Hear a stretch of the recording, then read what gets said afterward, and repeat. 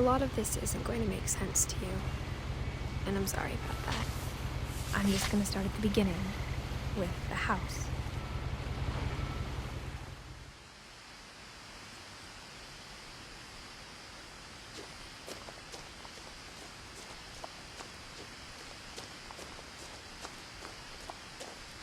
I lived here until I was 11, but I wasn't allowed inside half the rooms.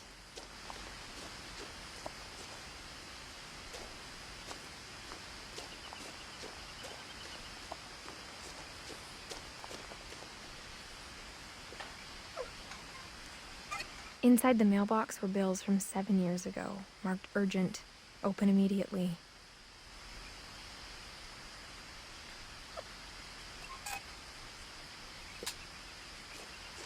I hadn't been back since my brother Lewis's funeral.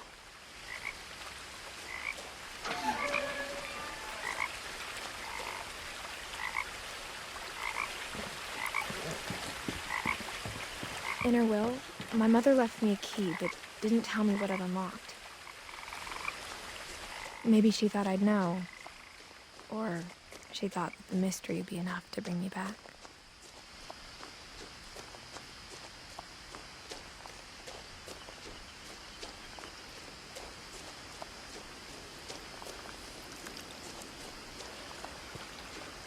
The truth is, even after I inherited the house, I never thought I'd come back to it. But now I had questions about my family that only the house knew the answers to. The woods around the house have always been uncomfortably silent, as if they're about to say something but never do.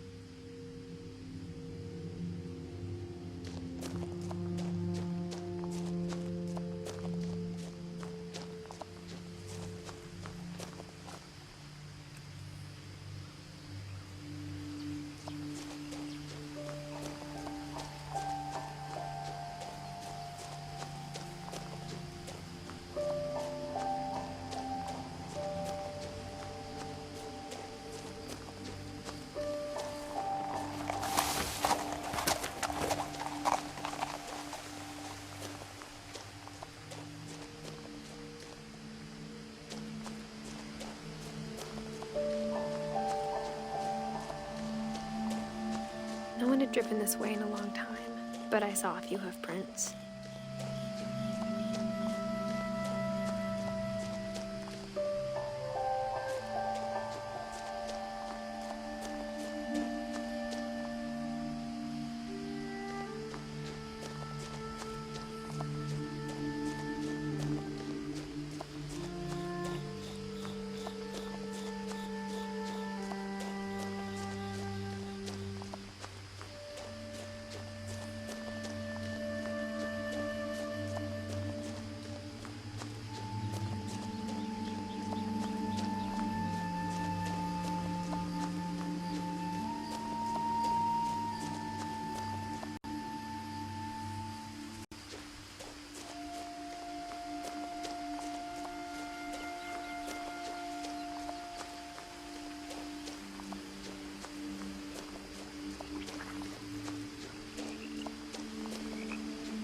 The house was exactly like I remembered it, the way I'd been dreaming about it.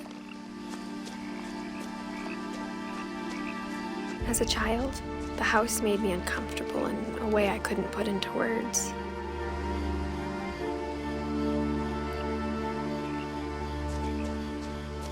Now, as a 17-year-old, I knew exactly what those words were.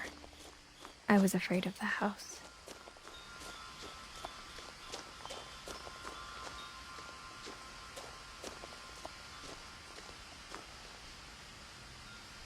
The house felt like it had always been here.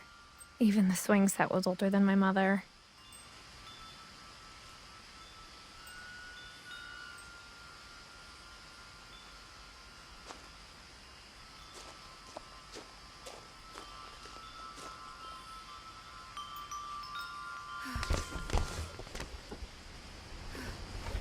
Crawling through the doggy door used to be a lot easier when I was 11.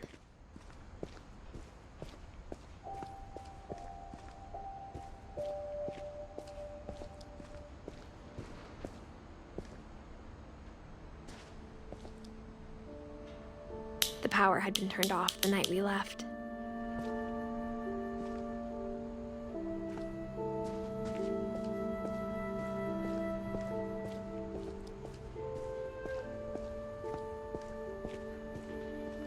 For the first time in years, I felt like I was home.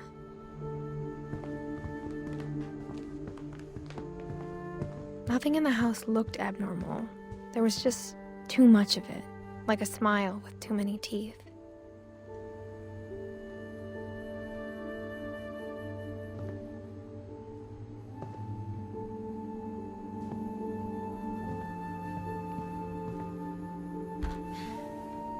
Edie told me once that every Finch who ever lived is buried somewhere in the library.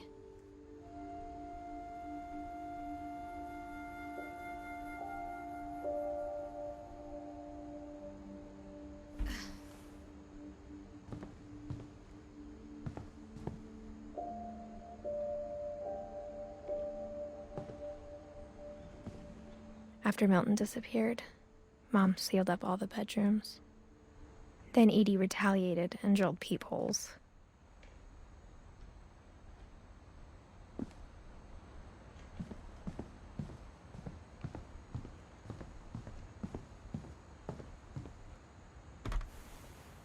As a kid, I just assumed every house had peepholes and sealed rooms you weren't allowed inside of.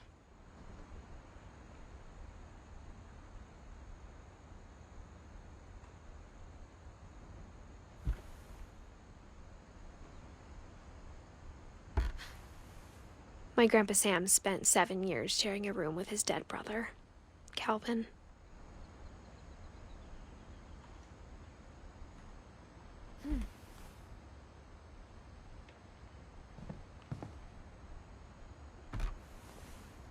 The last time I was in Edith Sr.'s room, I was 10 and she was painting my portrait.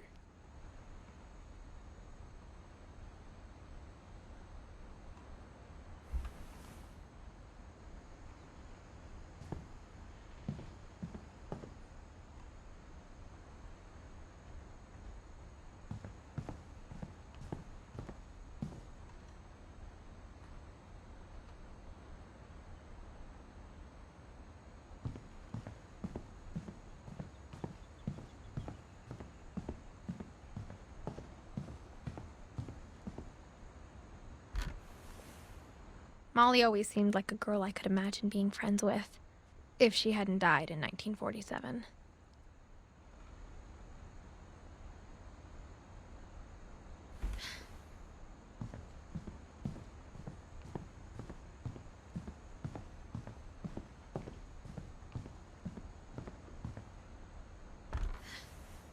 Barbara was a child star for 2 years, until America grew out of it.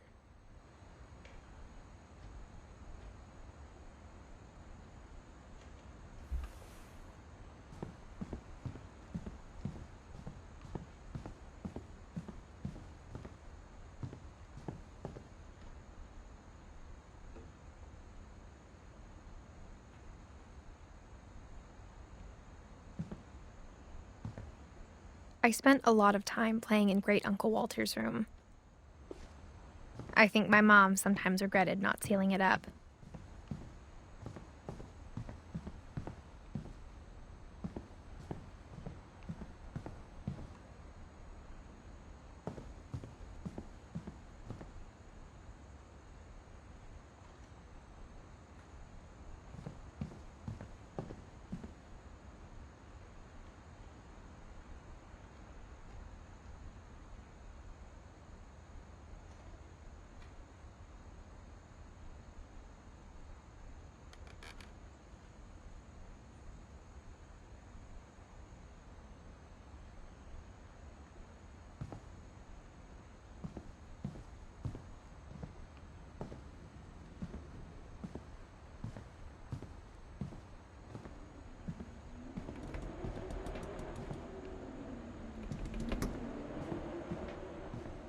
Lewis told me there were secret passages, but I never believed him.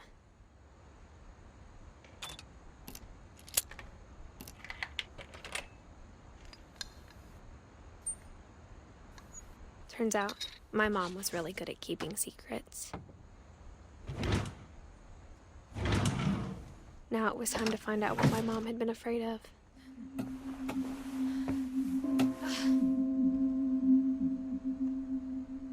Reading this, maybe it sounds like I had a plan. From the paintings on the wall, it was clear my brother Milton had been here before me.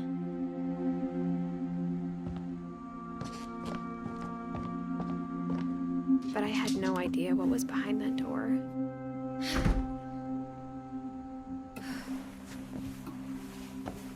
Just like I had no idea where all this was gonna lead.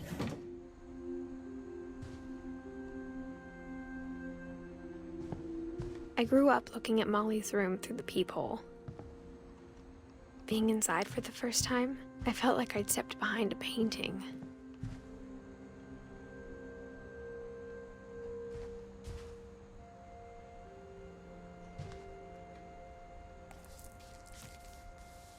December 13th, 1947. Dear Diary, I'll be gone soon, but I wanted to tell somebody about what's gonna happen.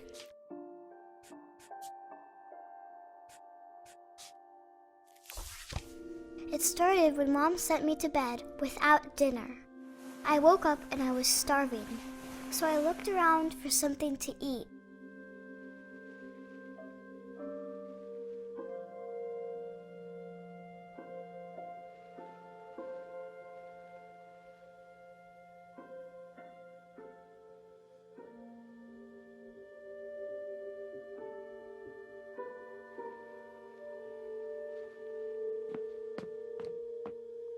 The gerbil food was dry, but I didn't mind it.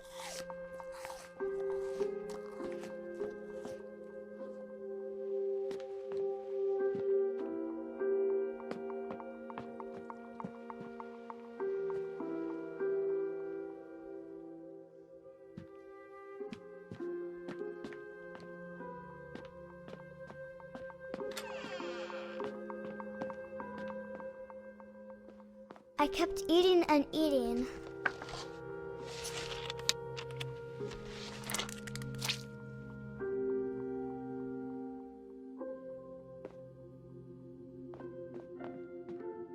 I ate a lot of things that night.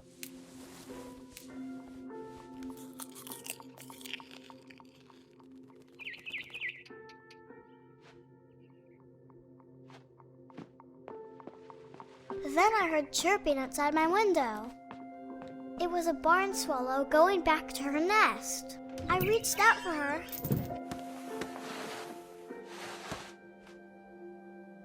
And suddenly, I was a cat.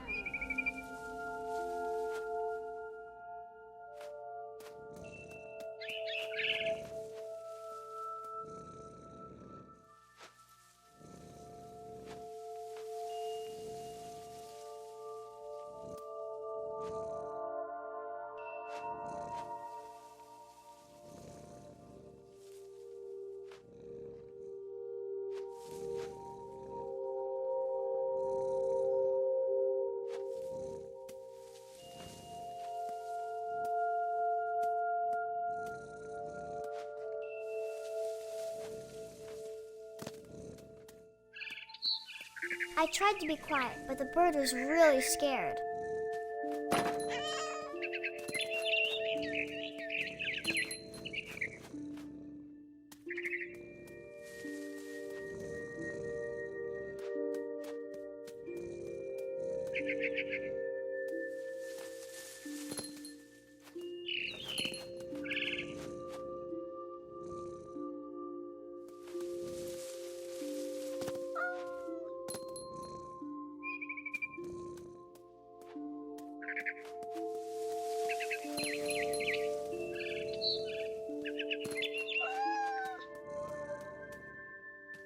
I jumped and I almost got her.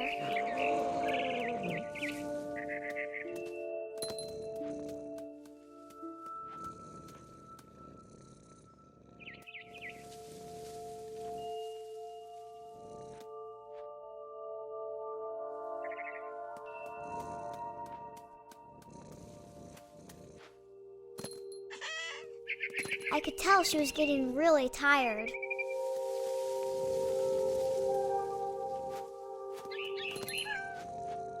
Now I was up in the big tree.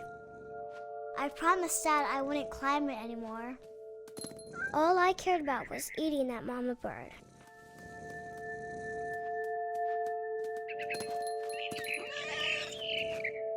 I gobbled her up. And suddenly, I was an owl. First, all I heard was the wind. Then I heard little teeth nibbling in the grass.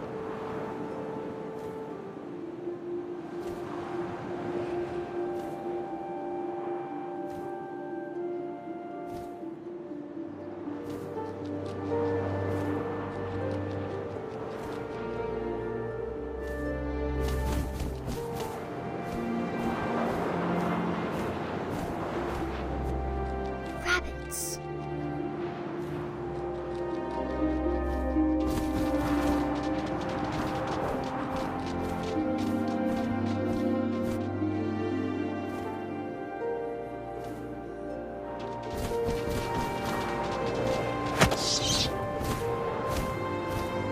I imagined his face looking up and seeing mine through my talons. I swallowed him up, and I didn't chew one bit. Then I flew off to find something bigger.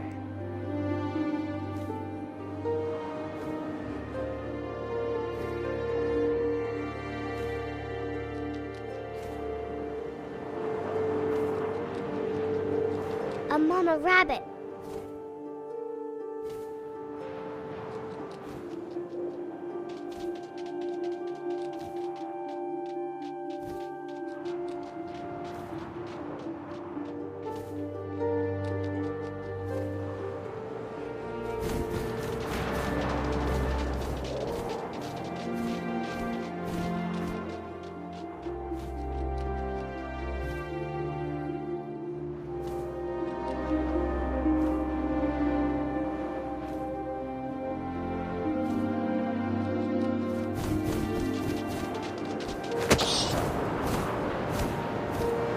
She was almost too big to carry.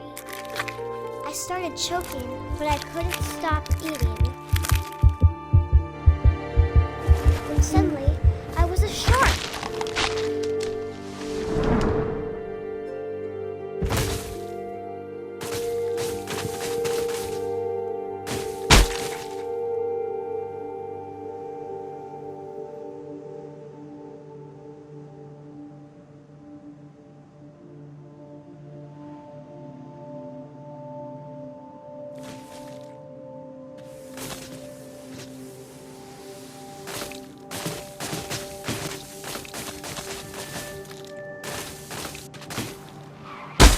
I rolled off a cliff and into the ocean. Now, I was hungrier than ever.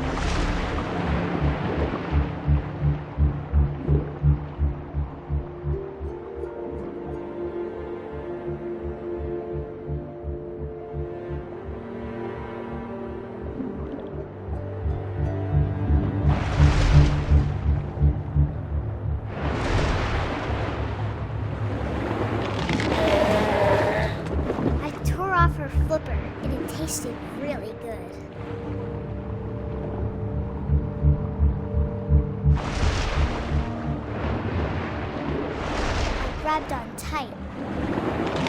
When I was so hungry, I jumped out of the water. When I opened my eyes, everything had changed.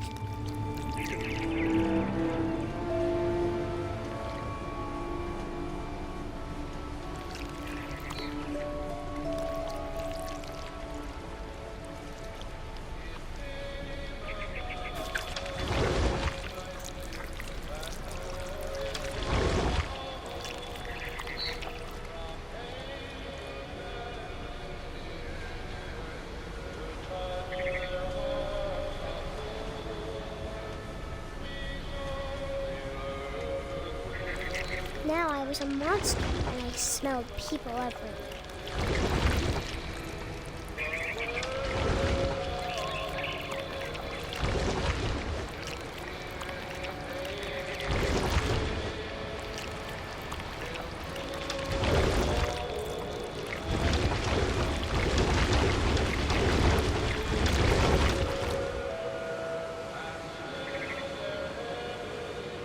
I was big, but I moved real quiet.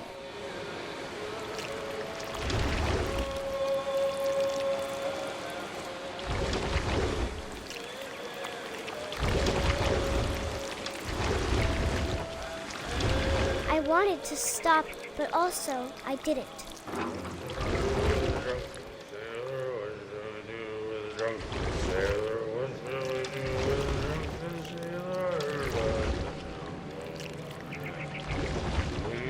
Belly with a rusty razor, shaves belly with a rusty razor, shaves belly with a rusty razor, right in the morning. What shall we do with a drunken sailor? What shall we do with a drunken sailor? What shall we do with a drunken sailor? Right in the morning. Put him in bed with the captain's daughter, put him in bed with the captain's daughter, put him in bed with what shall we do with a drunken sailor? What shall we do with a drunken sailor? What shall we do with a drunken sailor? Right in the morning. Struck with a longboat till he's sober. Struck with a longboat till he's sober. Struck with a longboat till he's sober. Right in the morning. What shall we do with a drunken sailor? What shall we do with a drunken sailor? What shall we do with a drunken sailor? Right in the morning. Put him in the scuppers with a hose by bottom. Put him in the scuppers with a hose by bottom. Put him in the scuppers with a hose by bottom. Right in the morning. What shall we do with a drunken sailor? What shall we do with a drunken sailor? What shall we do with a drunken sailor? Right in the morning. Heave-ho, she rises, heave-ho, she rises, heave-ho, she rises, right in the morning.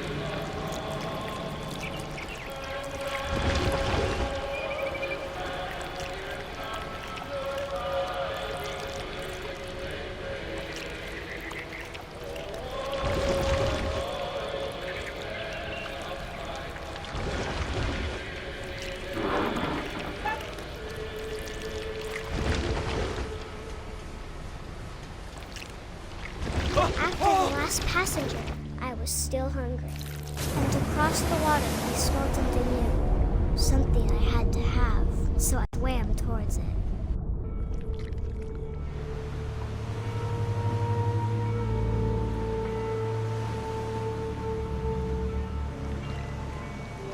I slithered onto the sand, and the good smell went into an old pipe.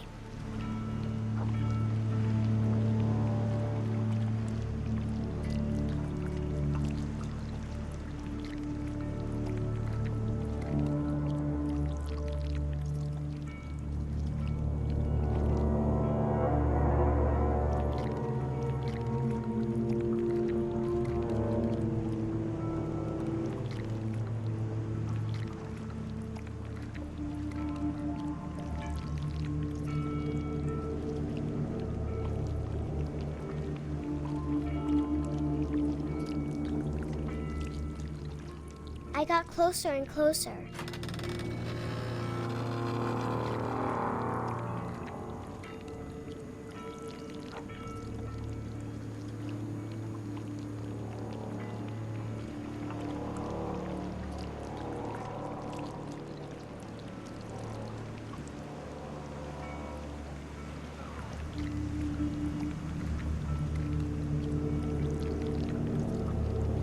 All my stomach started growling. And suddenly, I was me again. I held my breath for a long time, but I couldn't hear anything. I think it's waiting for me to fall asleep. But it's not going to wait much longer. It needs to feed, and we both know I will be delicious.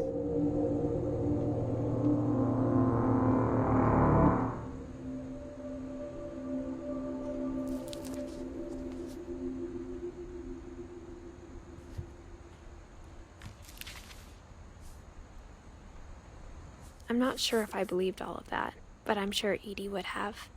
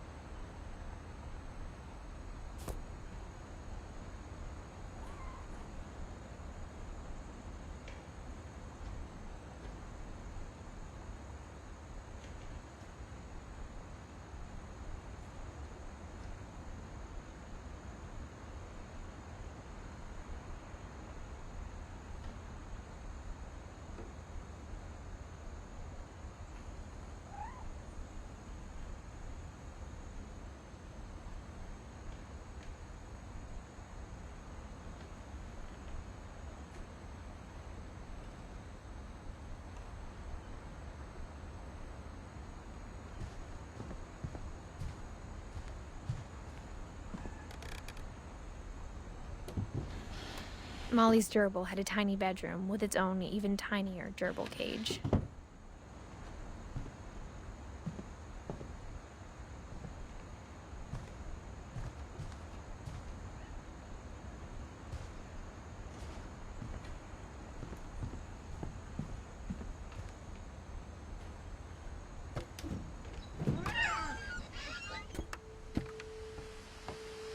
This will be obvious later, but my mom never told me any of these stories.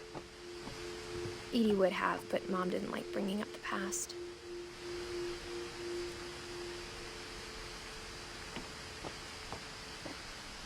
Though, when we adopted a stray kitten, she was the one who named it Molly. I spent a lot of time in Great-Grandma Edie's room.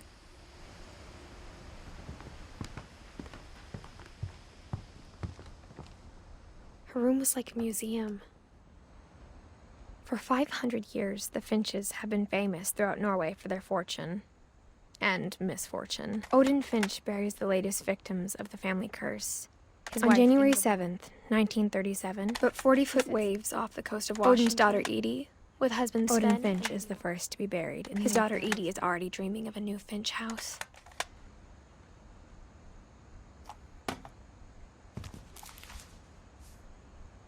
Whatever's wrong with this family, it goes back a long ways.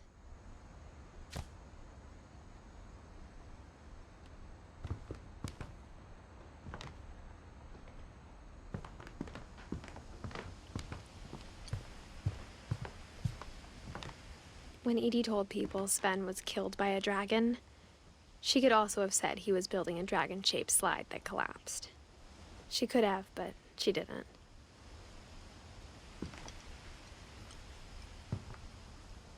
Even in her 90s, sometimes Edie seemed a lot younger than my mother.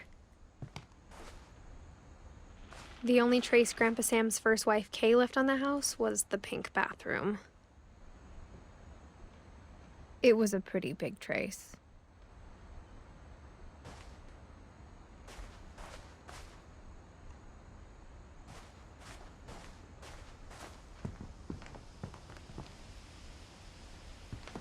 One summer, they evacuated the island, but Edie refused to go.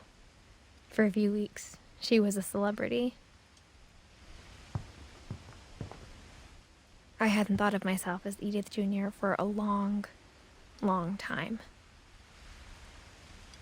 Edie gave a big interview about a mole man living under the Finch house. My mom was furious.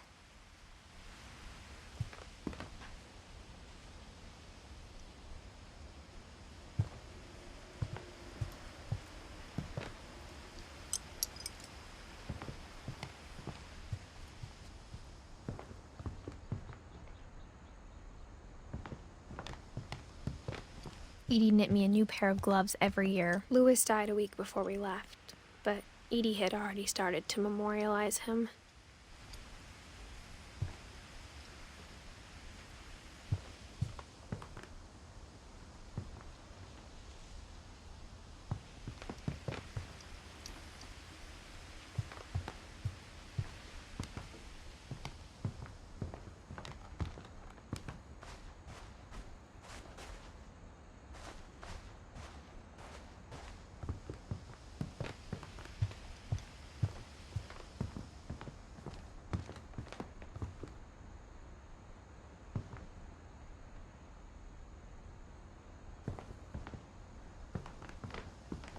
Great-grandma had always been the family's biggest fan.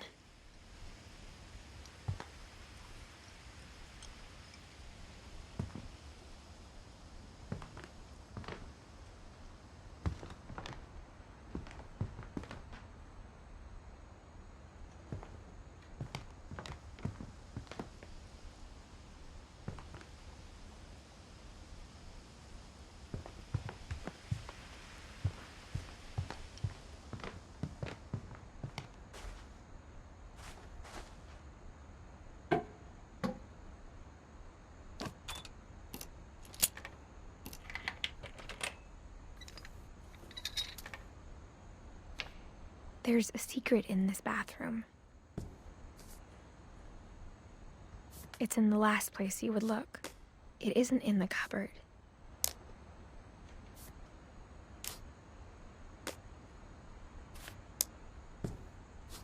It's hidden in this book.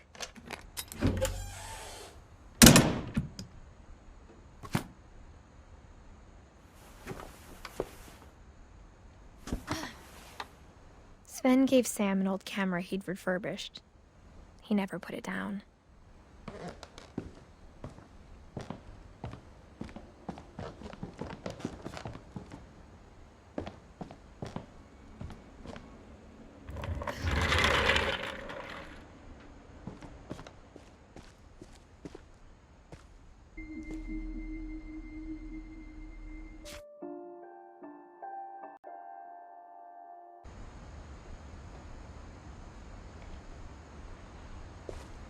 I knew Grandpa Sam had a twin,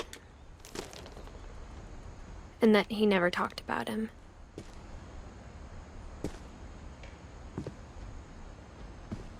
I guess my grandpa didn't like history any more than my mom did.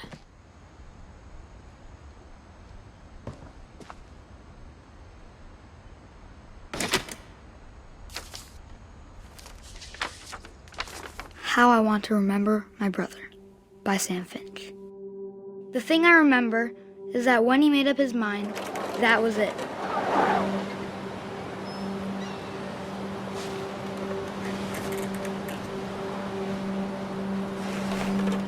My brother said he'd die before he ate another mushroom, and he did.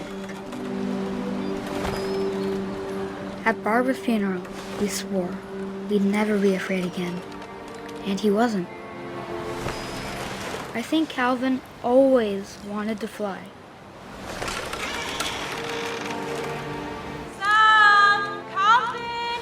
Dinner's ready! Coming! But that day, he finally made up his mind to do it. I told him going around was impossible. Maybe if I hadn't said that,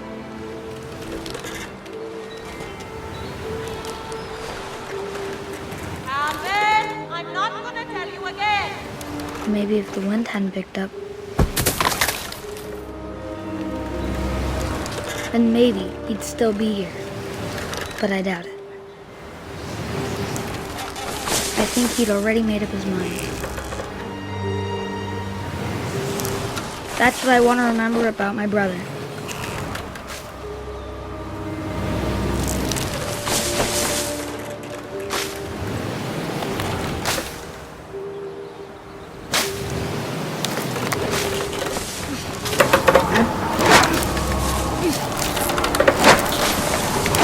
That's the day he made up his mind to fly. And he did.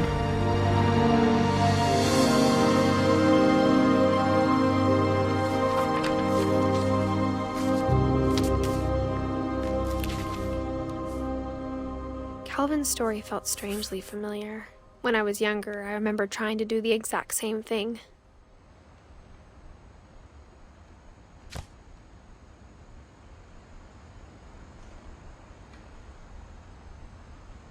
After the funeral, Edie roped off Calvin's half of the room.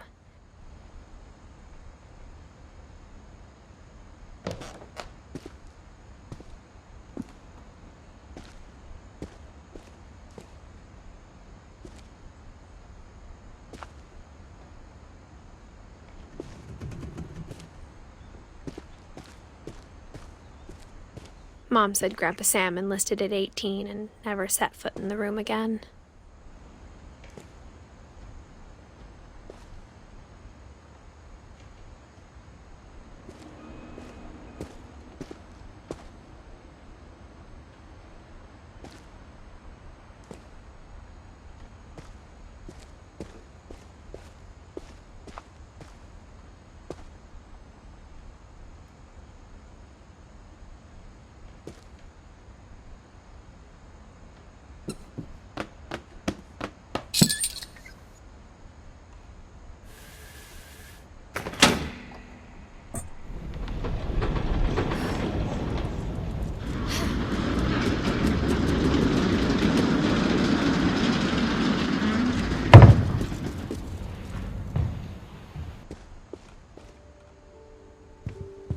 The passages were a pretty tight fit. They'd obviously been built for smaller hands and bellies.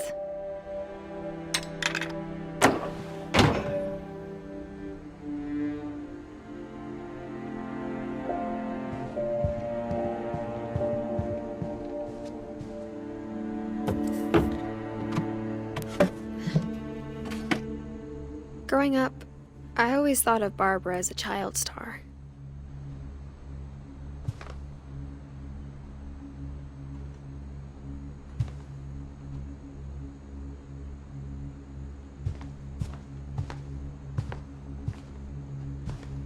I never thought about how hard it must have been for her afterwards.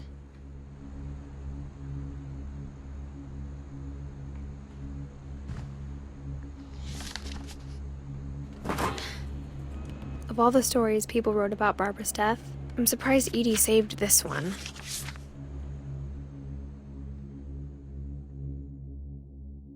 Old Jack here with another ghastly tale inspired by America's most unfortunate family.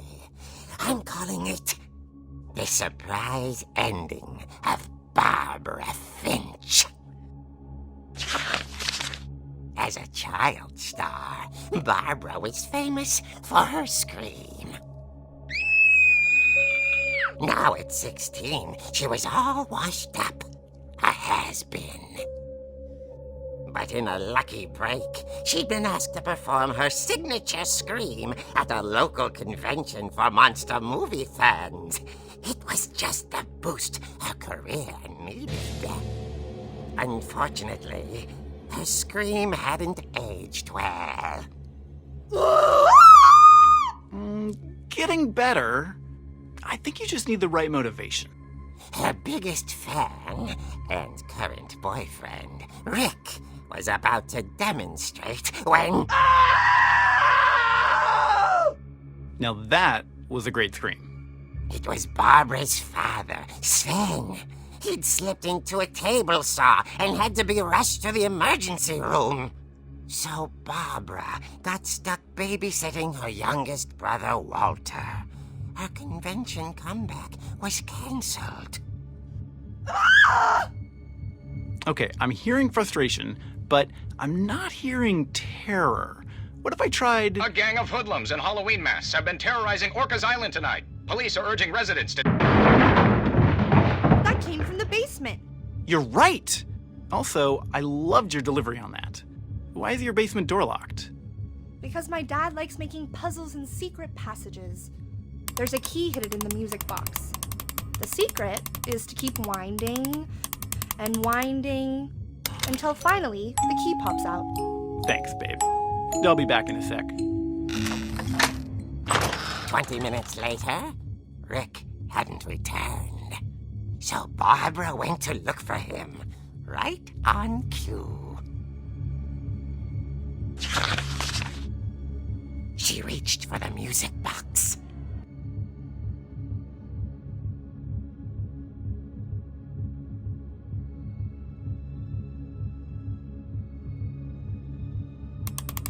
And as she wound the key, she listened for Rick, but the house was silent.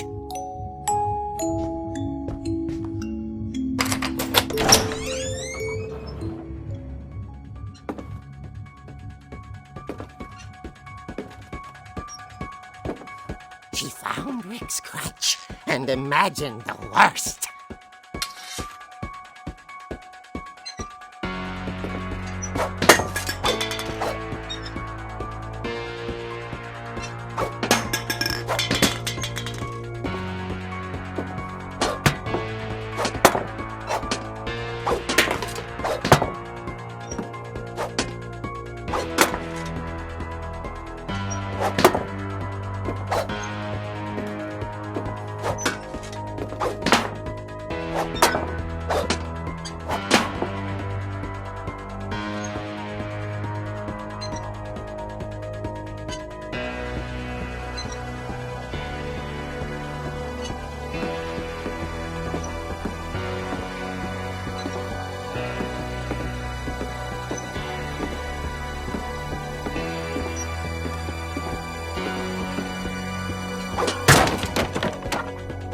The gang's leader is the infamous Hookman killer, Dr. Carl Hamill, who impaled and then ate his family 10 years ago tonight.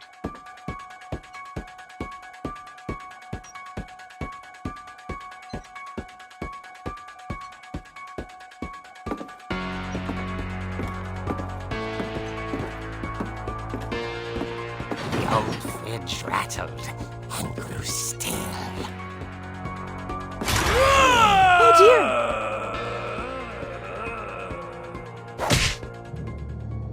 Oh! Rick?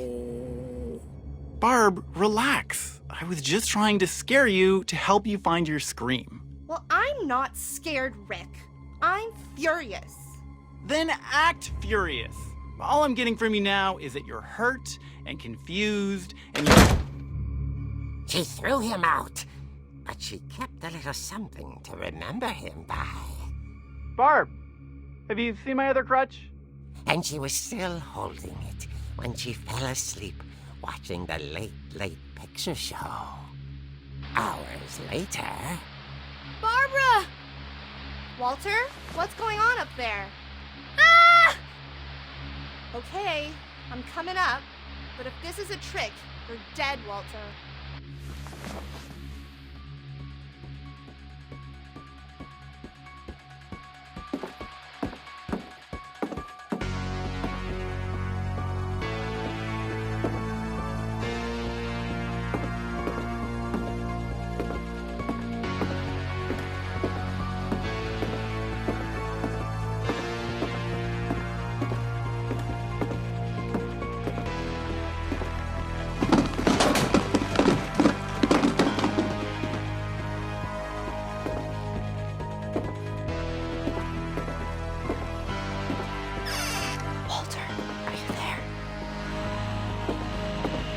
Walter had vanished, but his bedside radio was still on. Orca's Island police describe the man as 6 feet tall, with a steel hook for a hand. Residents are urged to lock all doors and windows and notify the police of any suspicious activity. Barbara turned, saw the hookman, and was speechless. He was quite smashing. And he really was. He couldn't get enough of Barbara. Okay, Barbara, there's gotta be another way out of here.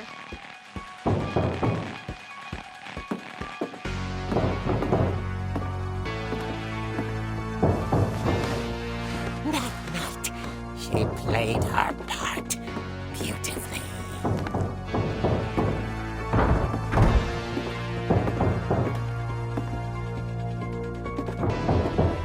Molly's door hadn't been opened in years. The hinges groaned.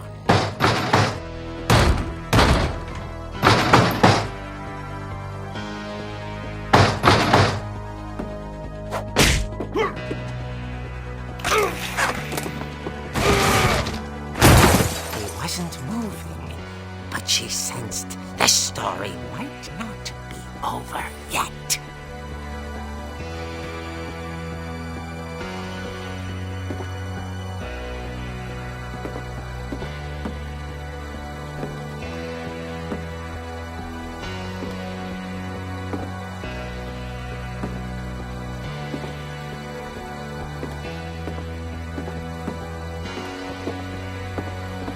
The hookman had vanished.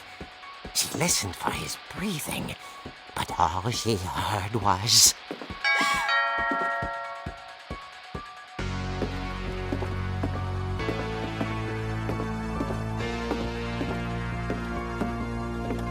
At the door, she heard whispering. It was coming from inside the house.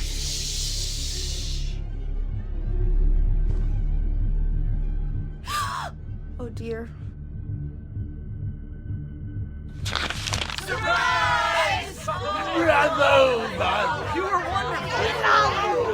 monsters had come to surprise her.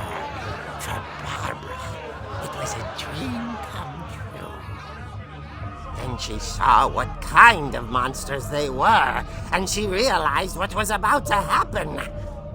She was going to be famous.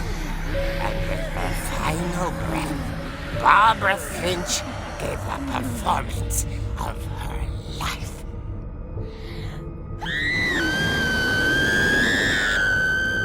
I wasn't there myself, but I hear Barbara was magnificent. Poor girl. She had a taste for stardom. But unfortunately, so did her fans. Of course, the police blamed it all on poor Rick, who disappeared the same night. And little Walter? Hiding under his bed the whole time. He took it all pretty hard, but that's another story. As for Barbara, tucked inside the music box was all they ever found of her. Her ear. Now that's what I call a real eerie tale.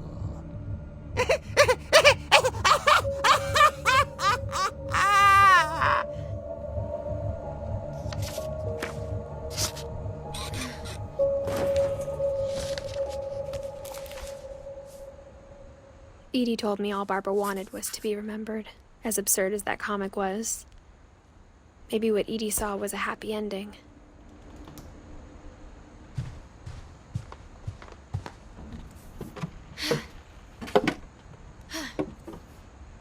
I guess now I know why Mom didn't like me playing with the music box.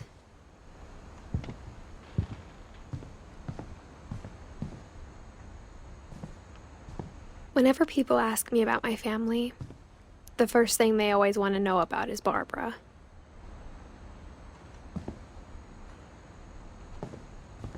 Edie's father, Odin, built the original house.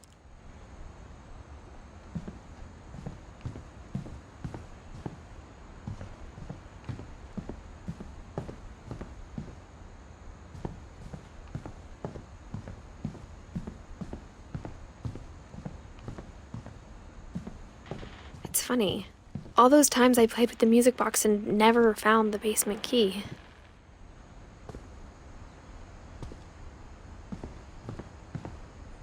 My mom wasn't much of an optimist, but she never stopped believing that my brother Milton was alive.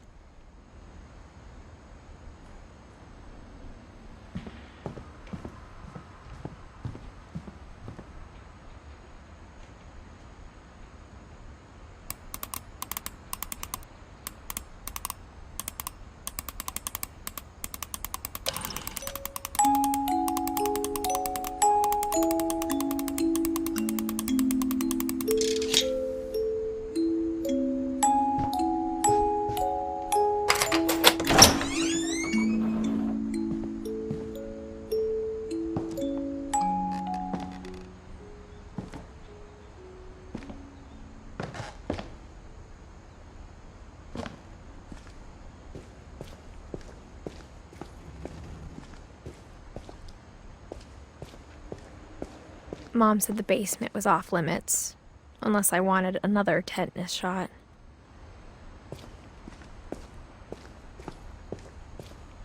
I saw Edie sneak down to the basement once, carrying packages.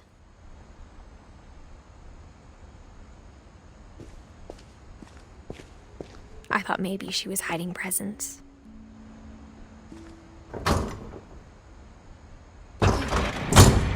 It turned out she was hiding a lot more than that.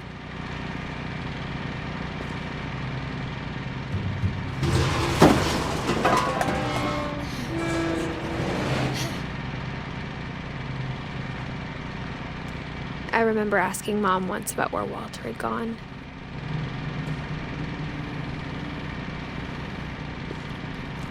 She said after Barbara died, he got as far away as he could.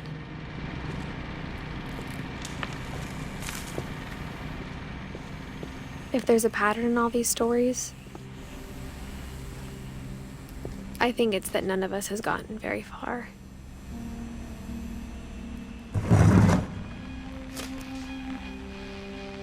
Goodbye, everyone. I can't believe I've been down here for 30 years. On that first day, after the shaking started, I didn't think I'd survive a week.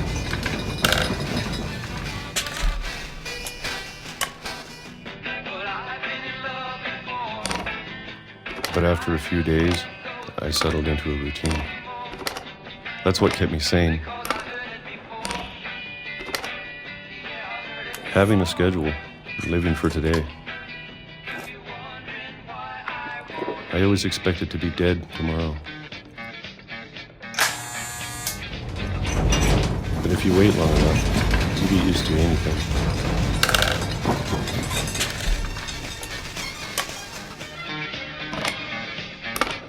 Even a monster on the other side of the door starts to feel normal.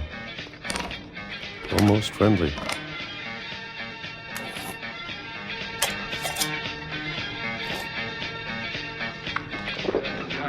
And then one day, everything just stopped.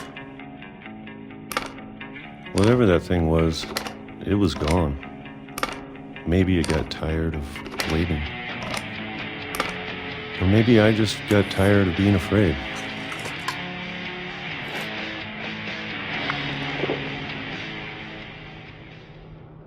It's been a week now, the longest in 30 years. I'm done waiting. I have to leave while I still can.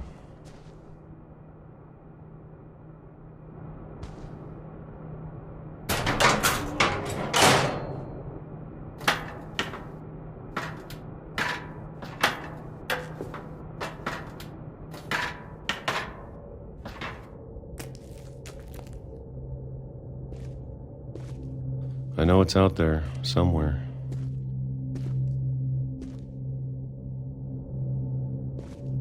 Whatever killed Barbara.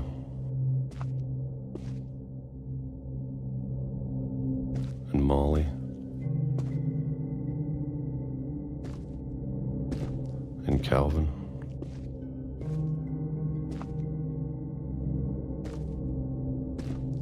Maybe this is all a mistake.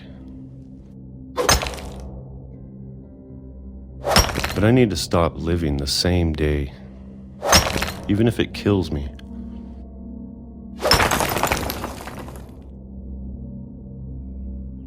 Whatever's out there, I want you to know I'm ready for it.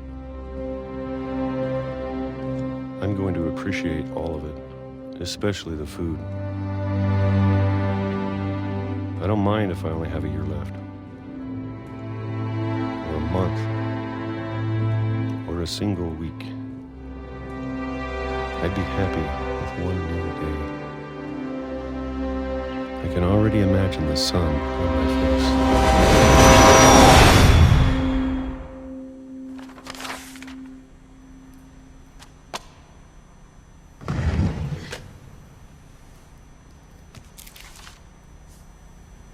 Walter died when I was 6. I can't believe my mom never told me he was down here.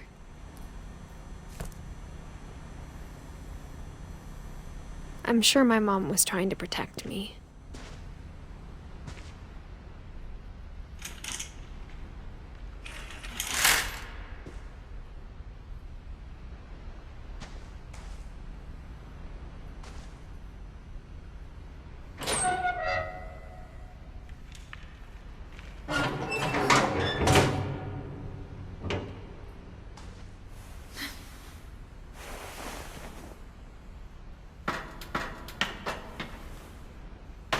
Maybe she was afraid I'd end up like Walter. But if she never told me about an uncle under the house, I can only imagine what else she was hiding. I don't want to make the same mistakes she made. Trying to bury something that's still alive.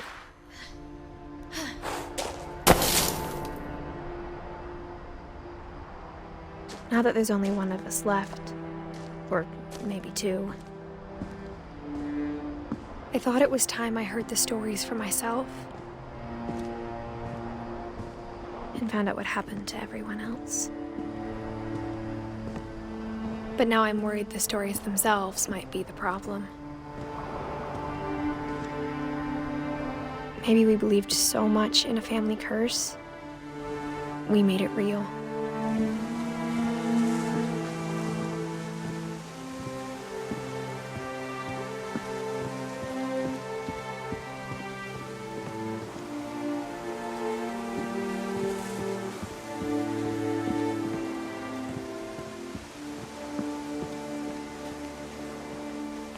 I don't know if I should even be writing this.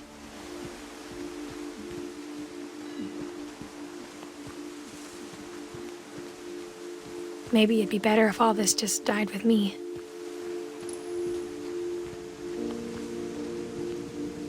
But I thought you should know about your family. And the history you're a part of. Though to be honest, I feel as lost as you probably do right now.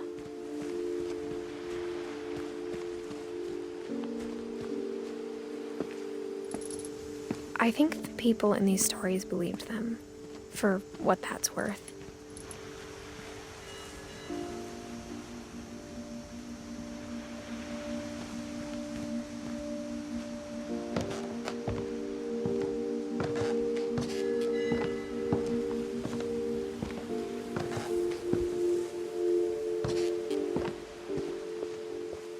And when you look at the house, that history of imagination and stubbornness and madness, any of it seems possible.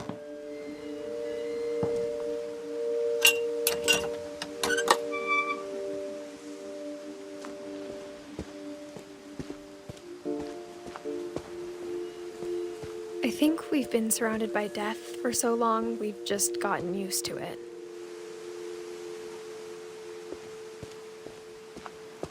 What kind of family finishes building a cemetery before starting the house?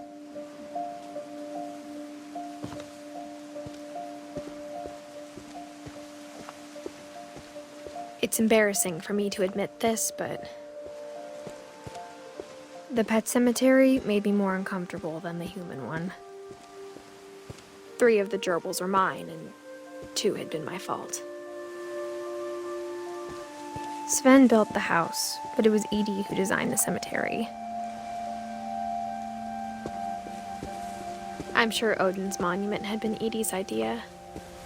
My mom was always trying to move on, but for Edie, the past never went away. She could see it poking out of the water at low tide.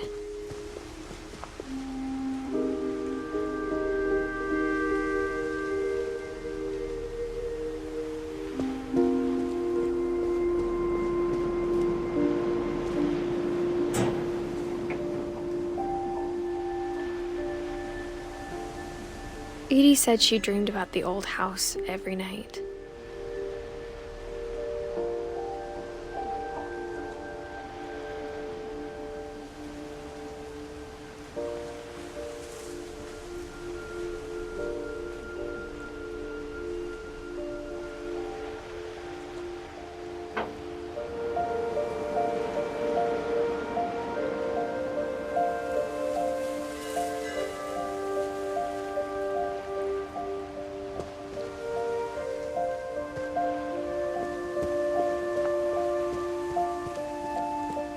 Edie's side was always easier for me to understand. But the older I get, the more I can see where my mom was coming from. Her dad had been pretty strict, but it wasn't enough to save her brothers. She was just trying to do better.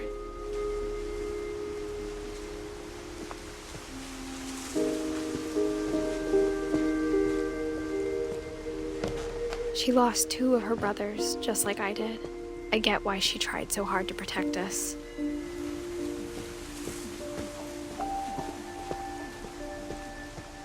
There's so many things I wish I could ask my mom now.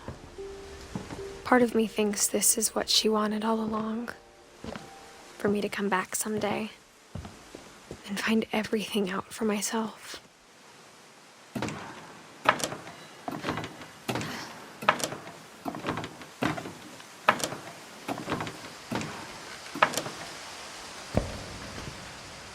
But looking back on it now,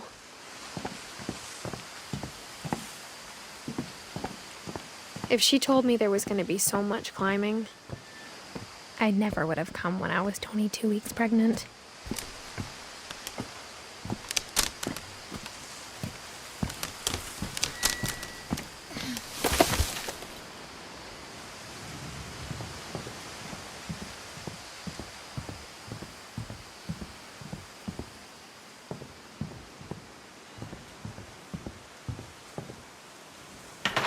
I never met Grandpa Sam, but I think he and my mom had a lot in common.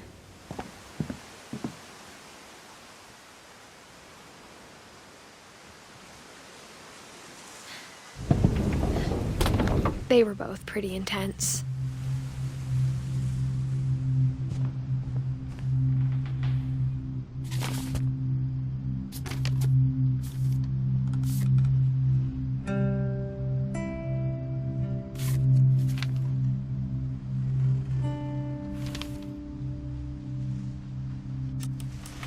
Dawn, I promise, you'll never forget this weekend. Yes, sir. These memories are gonna last a lifetime. Am I gonna have to shoot anything? It's a hunting trip, Dawn. Shooting is strongly encouraged.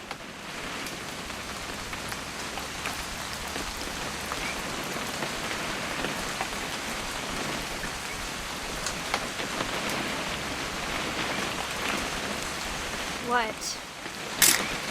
Perfect. It's gonna rain the whole weekend, isn't it?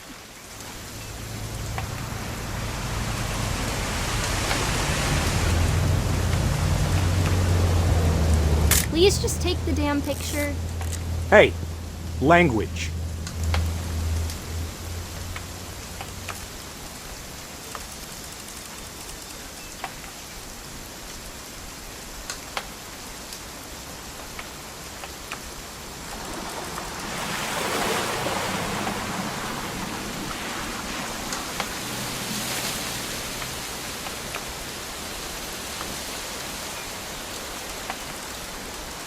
I will never forget this weekend, Dad. That's the spirit. Okay, got it. I'm gonna take some pictures, okay? Just be careful. That camera's older than you are.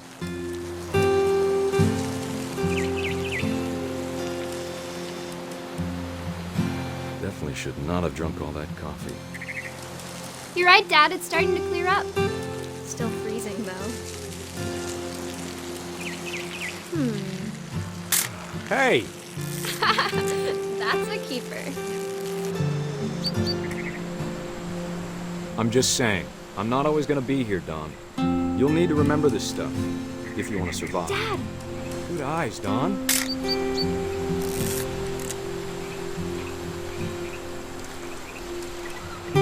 Before you take the shot, let me get a picture of you.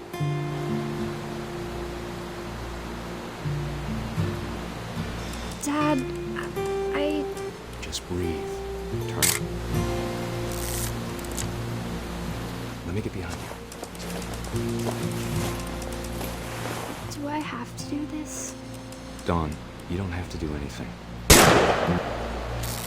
Great shot, Don!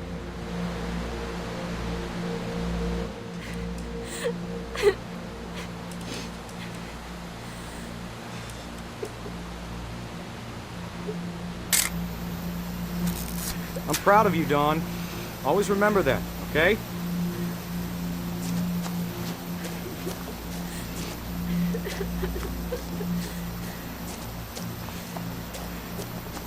Dad, it's twitching. I think That's it's totally still... normal, Don. Just focus on the camera. Try not to think Dad!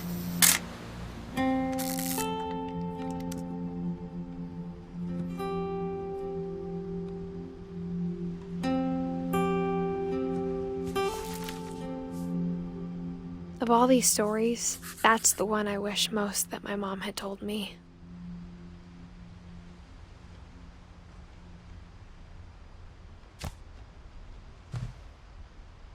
Sam spent his life shooting photos, but Mom said he got nervous being in front of the camera. I guess we're all afraid of something. Instead of hiding from death, Sam seemed to go out of his way to meet it.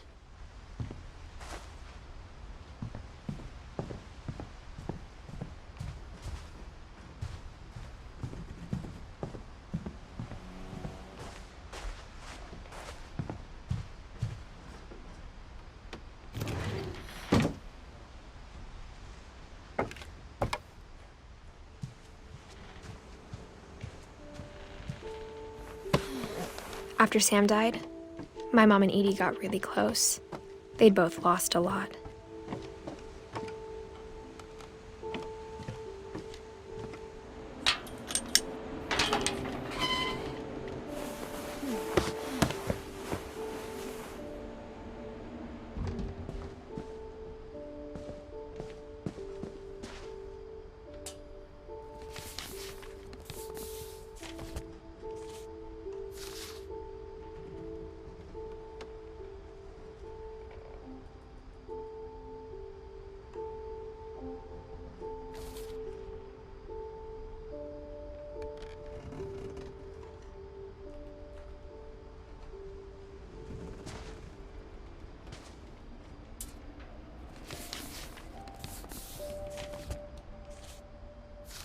Dear Kay, do you remember the way Gregory used to laugh when he thought he was alone? Like something funny was happening, but only he could see it. I think he saw things the rest of us don't.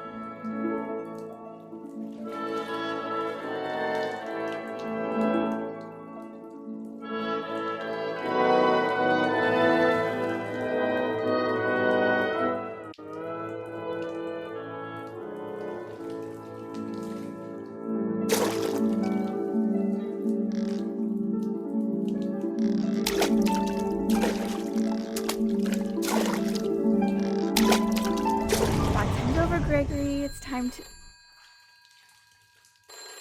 Hold on, sweetie. Hello? Sam, I told you I don't want to talk right now. He saw what his world was like.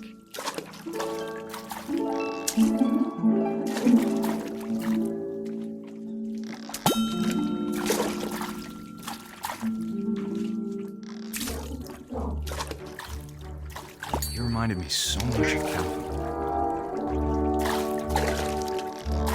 lost in his imagination.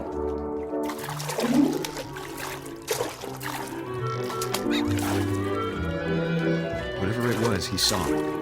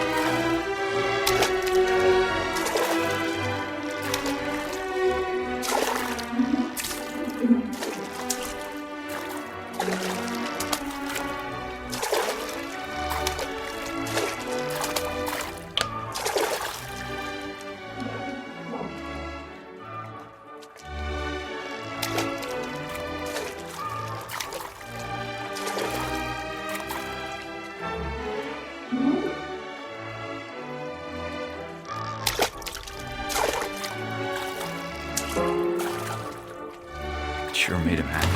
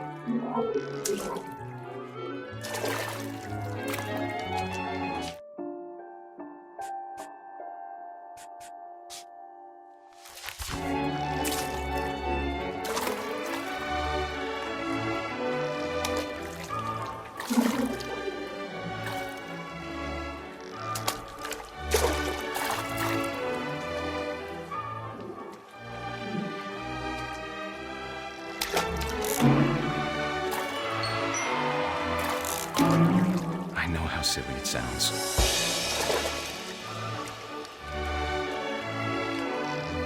That I worried about a baby being too happy.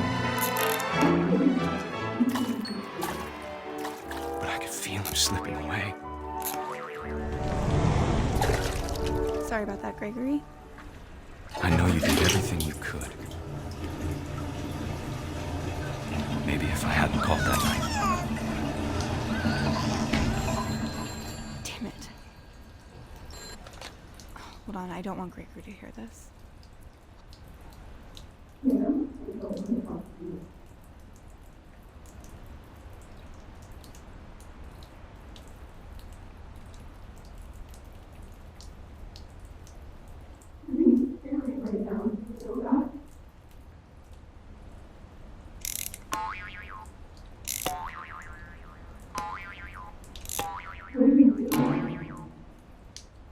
wish she could have told us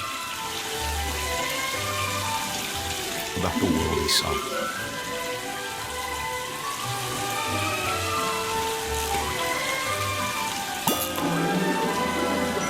There's so much I don't understand about Gregory, about everything.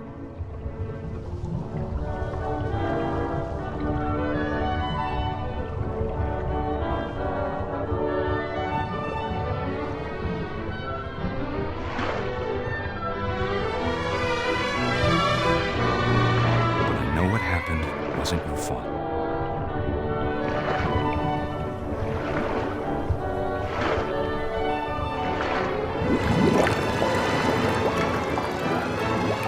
I'm sure he's happy. And he'd want you to be happy too. Good luck, Kay. Sam.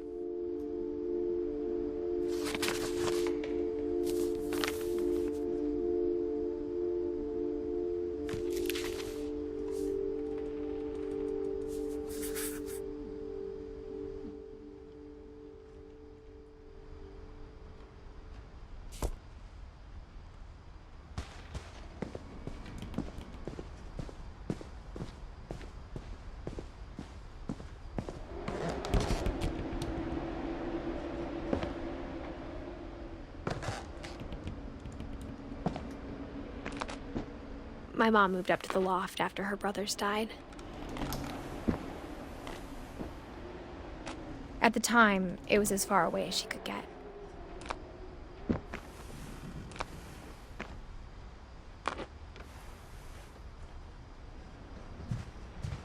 I can't imagine what it was like for her to lose 2 sons after she'd already lost 2 brothers.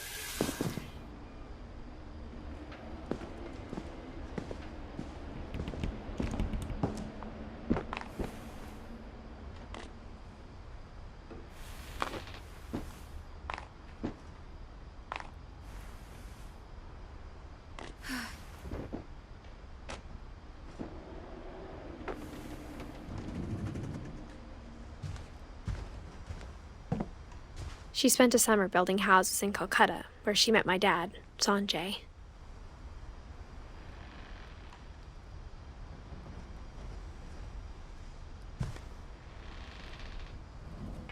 My mom moved to India a week after graduation and got a job teaching English. Louis was born a year later.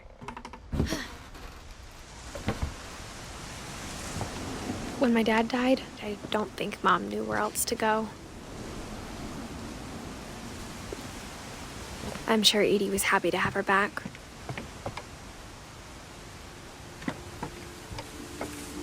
The house had to get a little bigger, but Edie was used to that.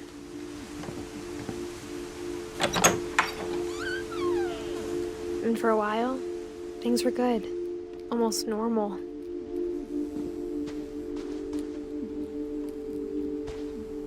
But it didn't last. The beginning of the end was Milton's 10th birthday, when Edie gave him a castle.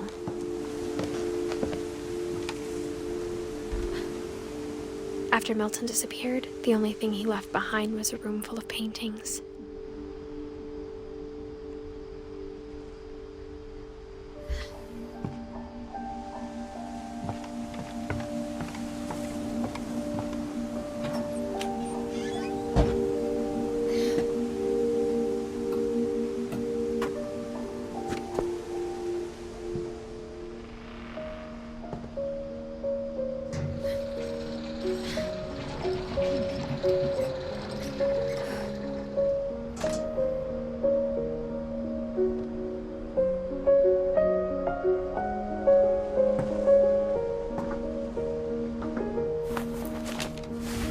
Milton Finch in The Magic Paintbrush.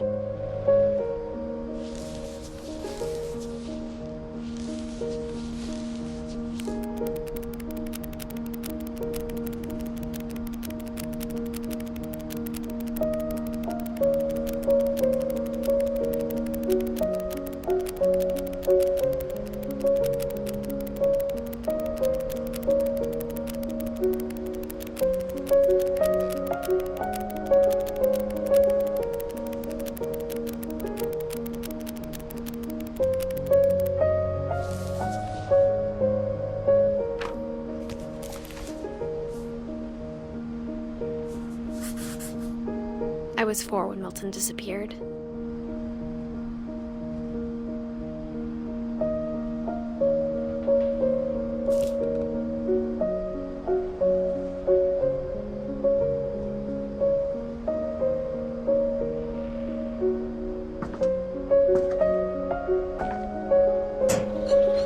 Mom spent months searching for my brother. Then she sealed the doors.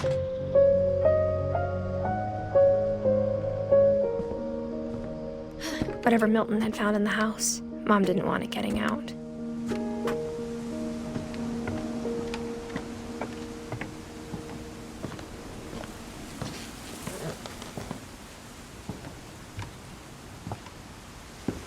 Mom definitely blamed Edie, but I think Louis blamed himself. After he graduated, he just spent more and more time in his room. Until Mom got him a job at the cannery. Everyone always told me to stay out of Louis's room. Except Louis.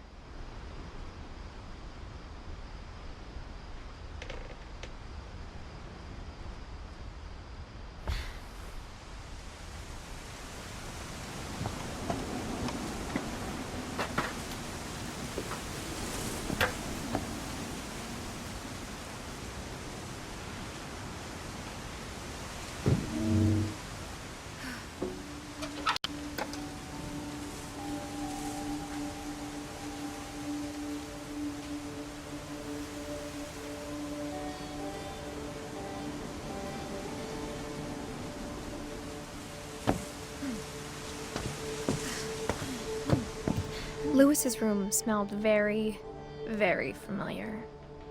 That part of him lived on.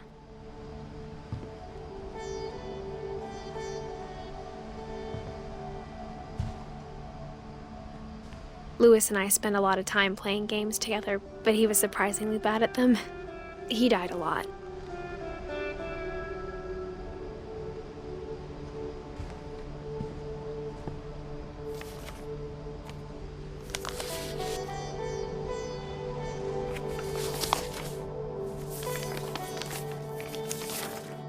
Dear Mrs. Finch, as Lewis's psychiatrist, I can understand your desire for an explanation.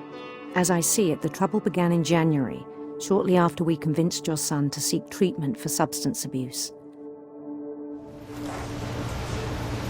Newly sober, I believe Lewis first noticed the monotony of his daily life.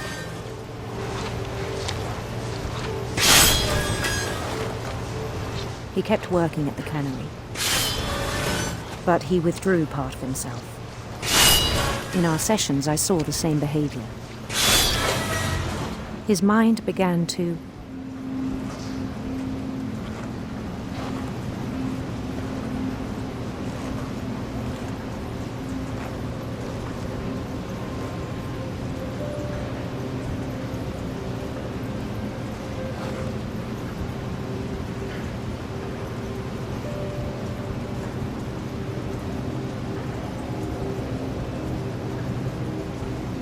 wander.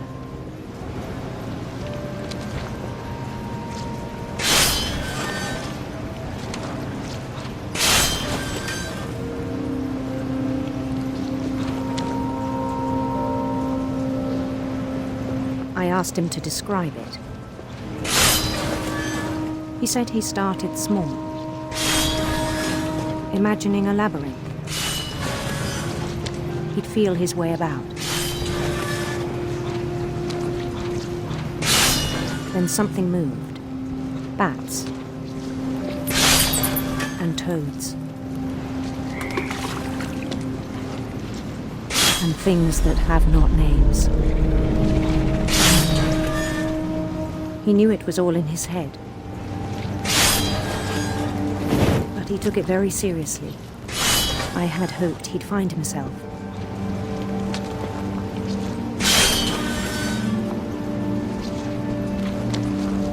But he found something more.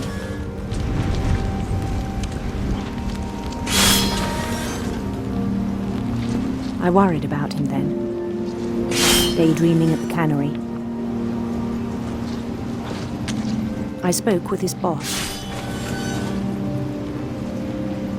But he said Lewis had become a model employee. Methodical, tireless, focused. like a whole new Lewis. So I let him go on.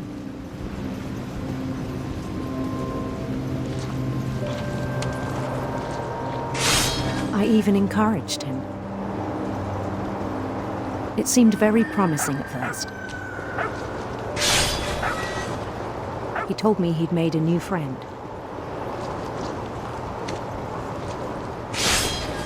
On the edge of a city he named Lewis Topia. He built the city up slowly, brick by brick. Then he made musicians.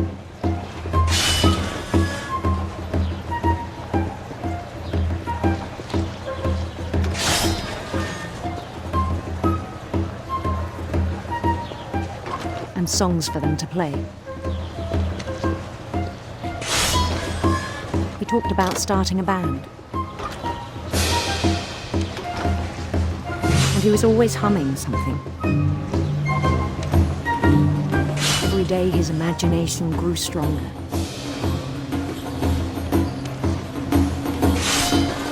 He no longer spoke at the cannery. But his chopping was as reliable as ever. Then one day it struck him that all the cheering crowds, even the stones under his feet, were all in his imagination, so he could do whatever he wished.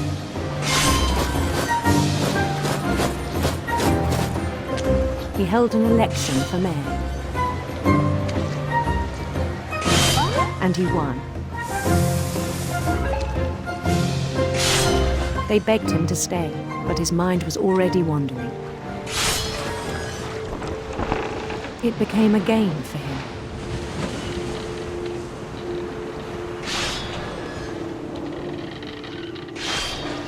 He'd conquer a city, then immediately push on.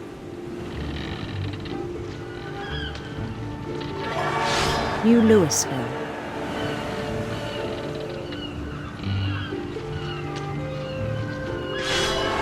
St. Louis.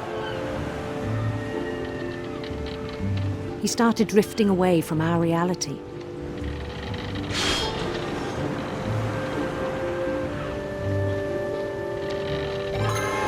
Minneapolis, until one day he forgot to go home from the cannery.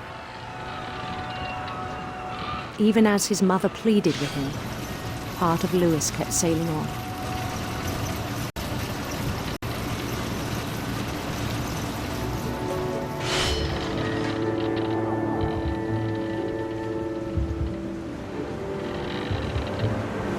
In Lewisburg, he heard rumors of a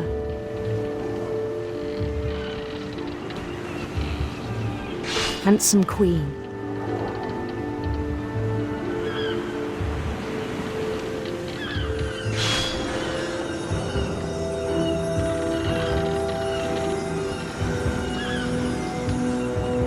The queen was on her own quest for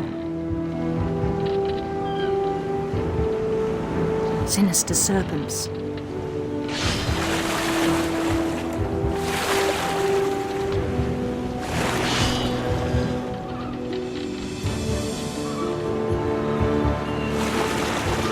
He followed the sound of her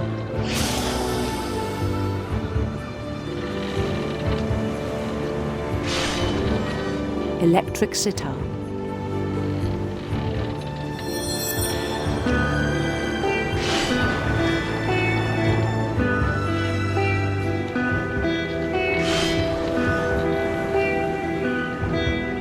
His chase led him to a golden palace east of the sun and west of the moon. Even then, his logic remained sound.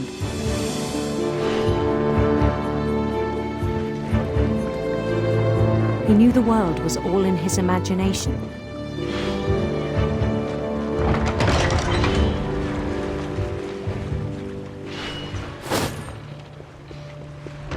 But he was so proud of having created it. In his own eyes, he'd become something greater than a king.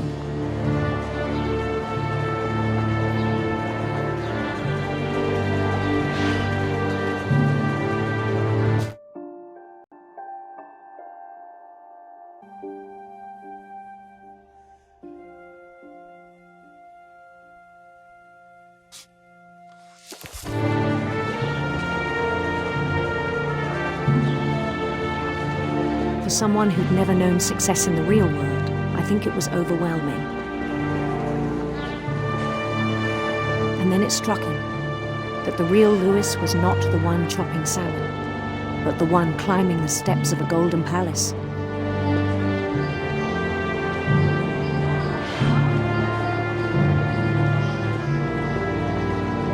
My imagination is as real as my body, he told me.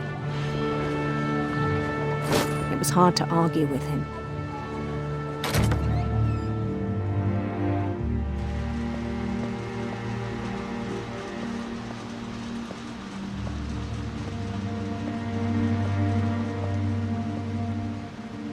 He began to forget the world we know.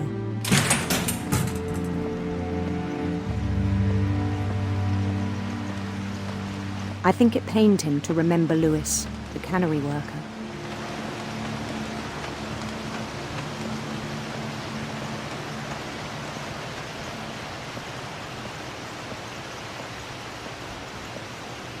He began to despise the man with a royal contempt.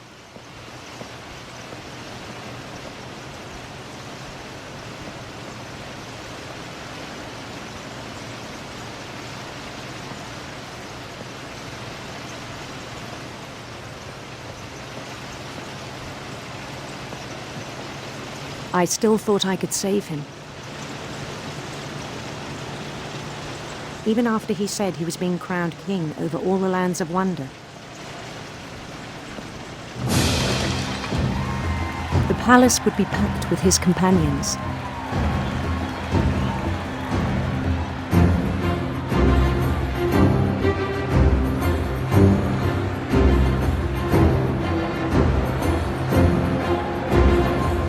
Including the wise Calico who'd insisted on inviting him.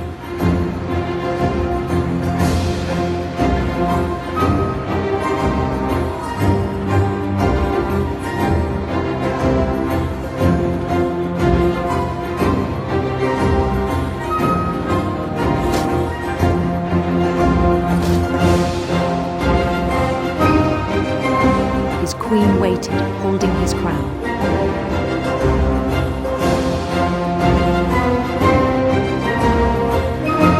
There was only one thing left to do.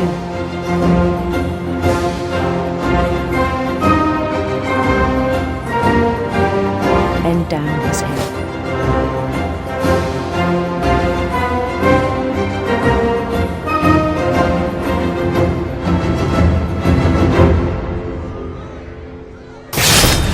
And the rest I think you know.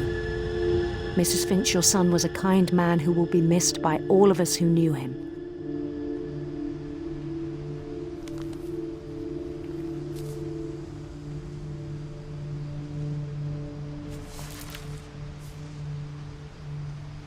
My brother was really cool. I wish you could have met him.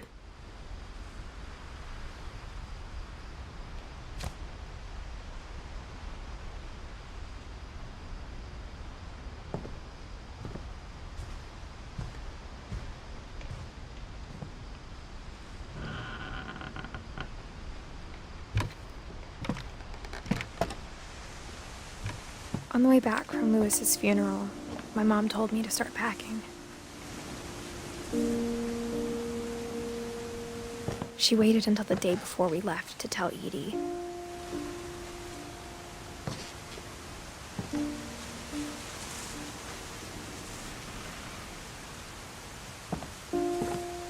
I'm not sure if she wanted to make it easier or harder.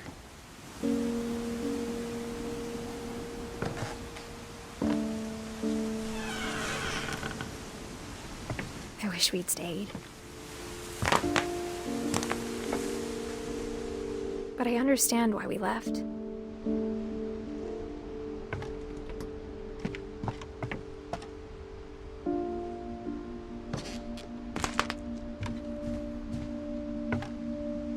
My mom ended up leaving everything behind.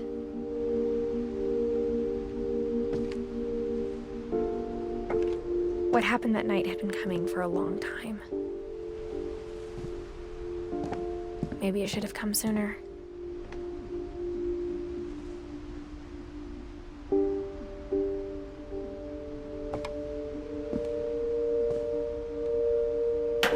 had to end one way or another.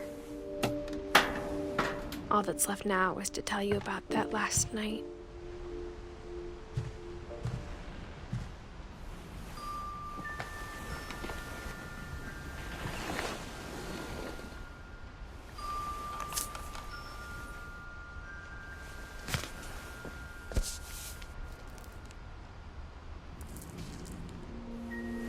That whole last day, Edie just watched us pack and didn't say a word.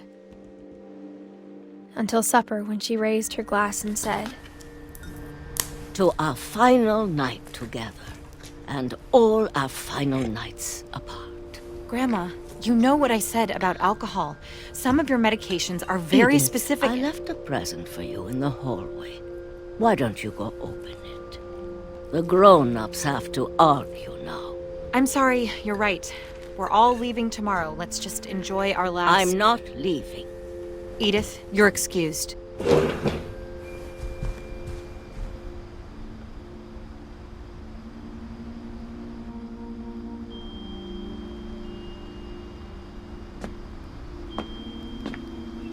The power had been shut off that morning, but Edie always had plenty of candles. When my mom sealed the library, I don't think she knew about the other entrance. Or that Edie had a key to it.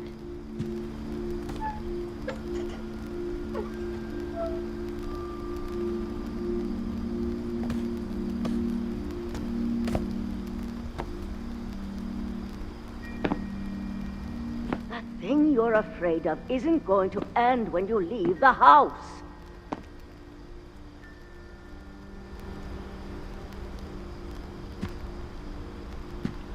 Edith has a right to know these stories. My children are dead because of your stories. I think it's best if Edith and I leave tonight. We'll have the nursing home send a van for you in the morning, okay?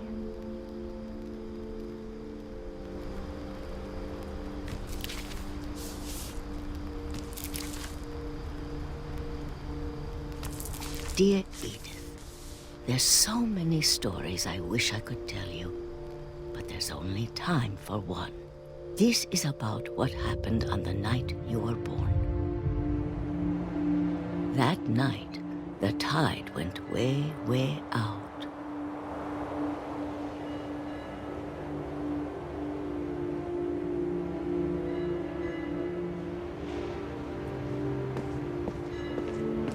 It was the first and last time I ever saw the old house aground. There'd been an earthquake out in the middle of the ocean.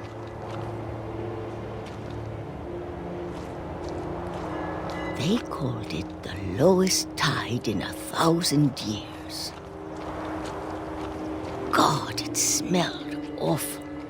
You know, I've seen that house every day of my life.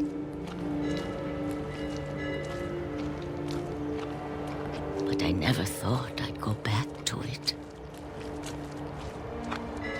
When the fog rolled in, I lost my way.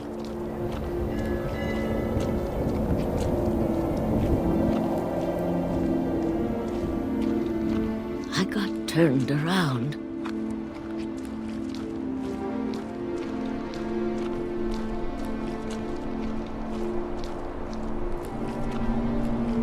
For a while, I wandered.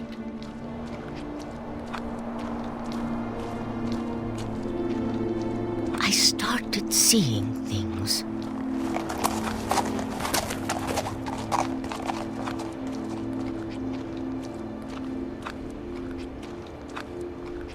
Things I'd forgotten had ever existed.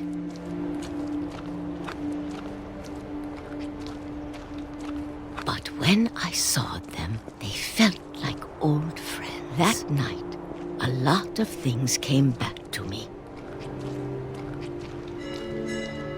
Or maybe I came back to them.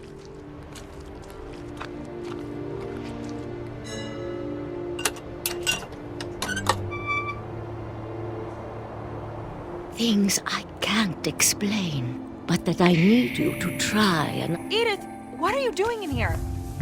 It's mine. Edith! Mom, you're gonna rip it! Let go! I kicked and screamed, but Mom dragged me to the car.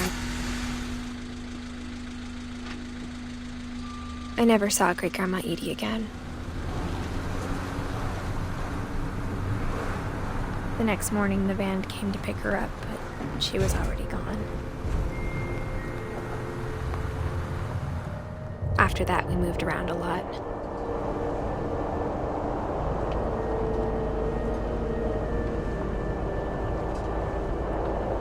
We both tried to make the best of it.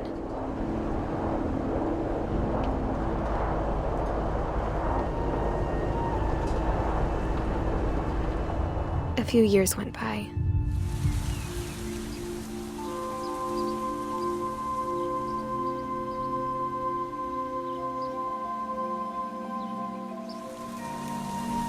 My mom didn't like to talk about it.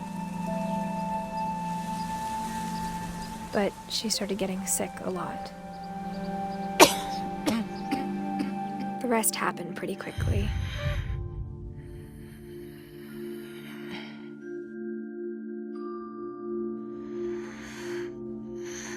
She got better for a while,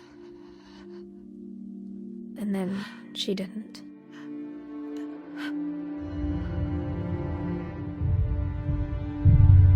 And then I was alone.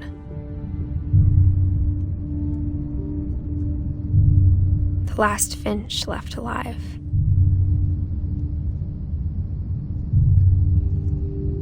Until I found out about you. I'm still not sure what to tell you about all this. If we lived forever, maybe we'd have time to understand things. But as it is, I think the best we can do is try to open our eyes. And appreciate how strange and brief all of this is.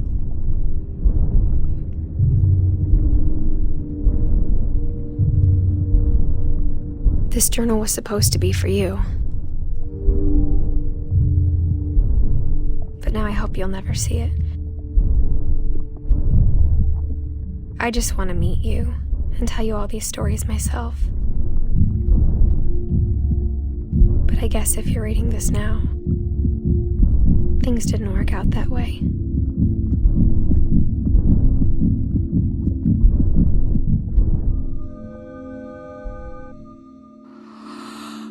This is where your story begins. I'm sorry I won't be there to see it. It's a lot to ask, but I don't want you to be sad that I'm gone. I want you to be amazed that any of us ever had a chance to be here at all. Good luck.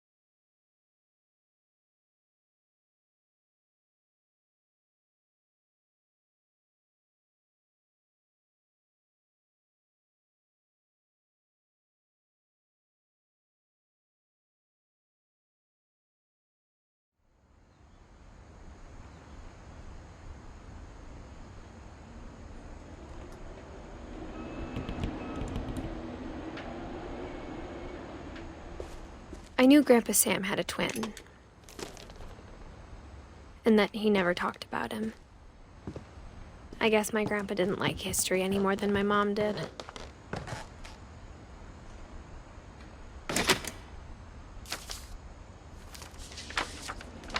How I Want to Remember My Brother by Sam Finch. The thing I remember is that when he made up his mind, that was it.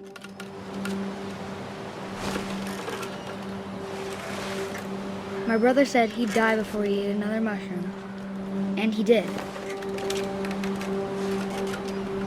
At Barbara's funeral, we swore we'd never be afraid again, and he wasn't. I think Calvin always wanted to fly. Sam! Calvin! Dinner's ready! Coming! But that day, he finally made up his mind to do it. I told him going around was impossible. Maybe if I hadn't said that,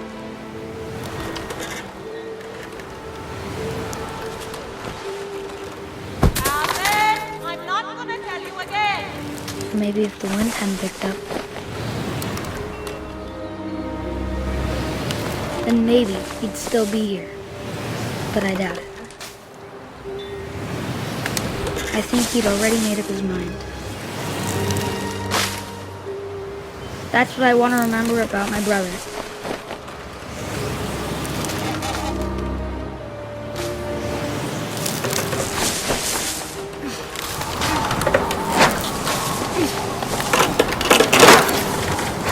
That's the day he made up his mind to fly. And he did.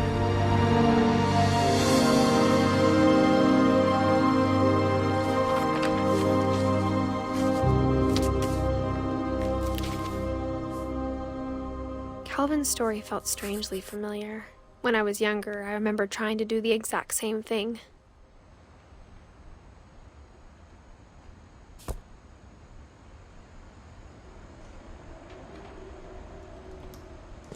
After the funeral, Edie roped off Calvin's half of the room.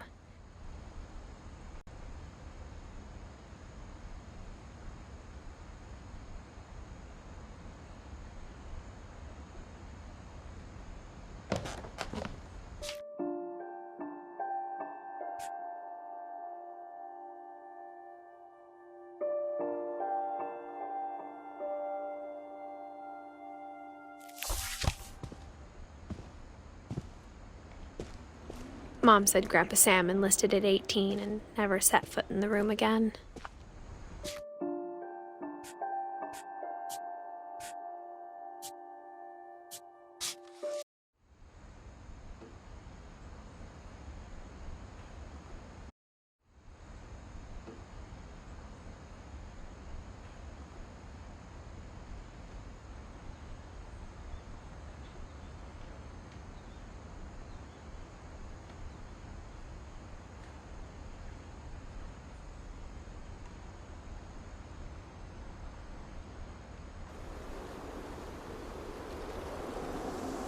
I can't imagine my mom ever writing poetry, and yet... A poem for Gus, who always said the wedding was a bad idea.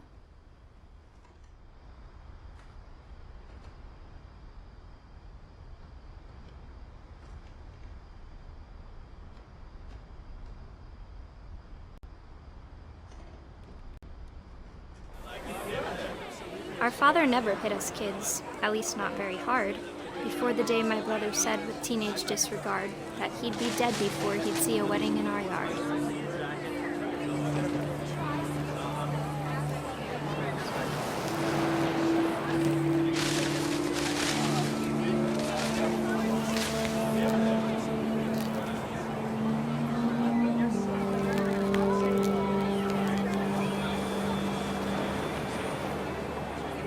My father made him come, of course, but Gus stood far apart, just flew his kite and bottled up the storm inside his heart.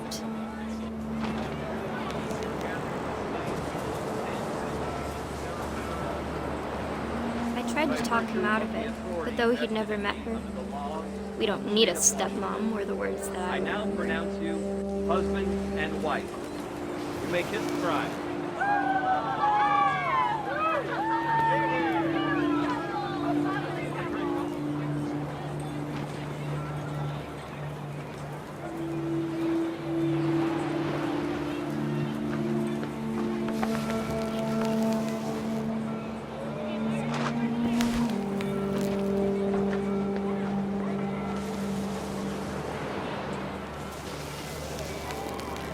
When the time for photos came, Dad ordered him to come here. But Gus declined, and as a sign held up his middle finger.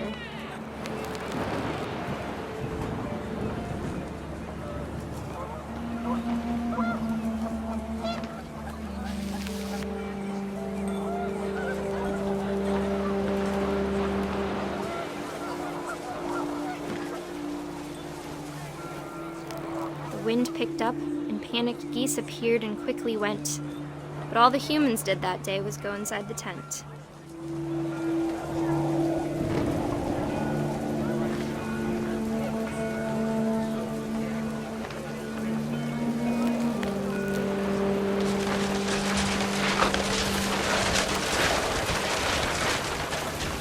The rain came down in buckets then, but no one seemed afraid that nature might destroy the tent our dad had crudely made.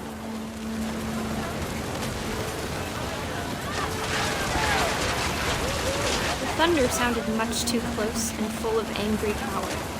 But all my father said to this was, "Make the music louder."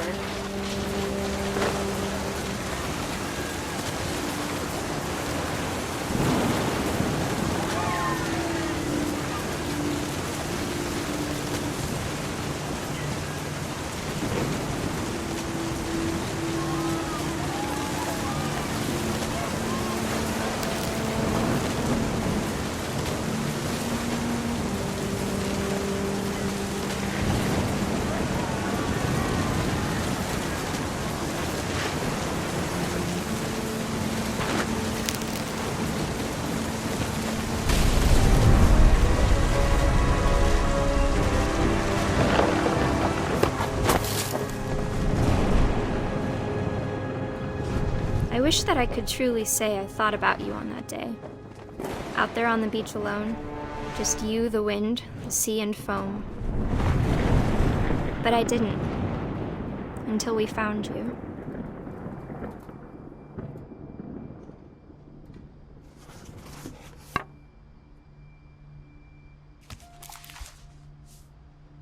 She never talked about him, but Mom told me once if I was a boy, they were going to name me Gus.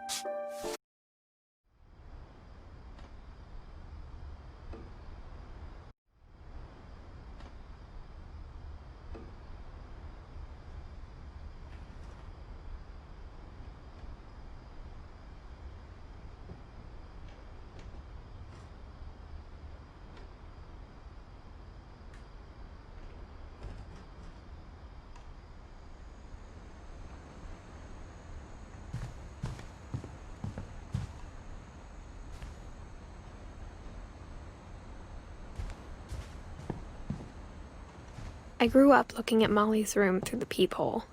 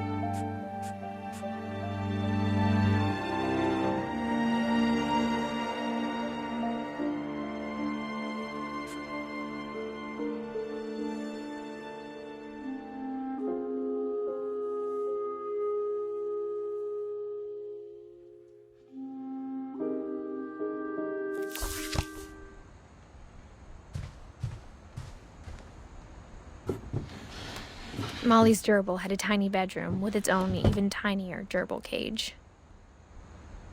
Being inside for the first time, I felt like I'd stepped behind a painting.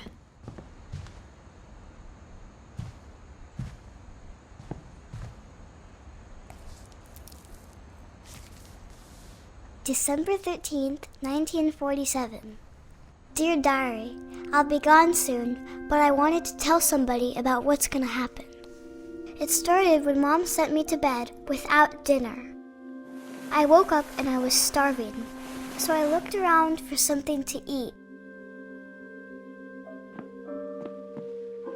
My Halloween candy was all gone. The gerbil food was dry, but I didn't mind it.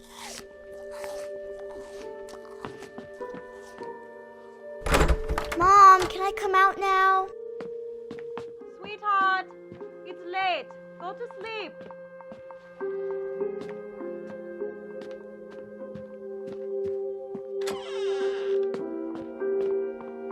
I kept eating and eating.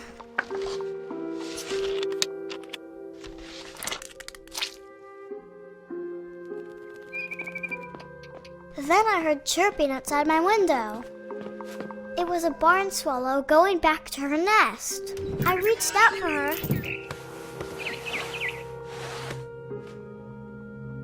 And suddenly, I was a cat. I tried to be quiet, but the bird was really scared.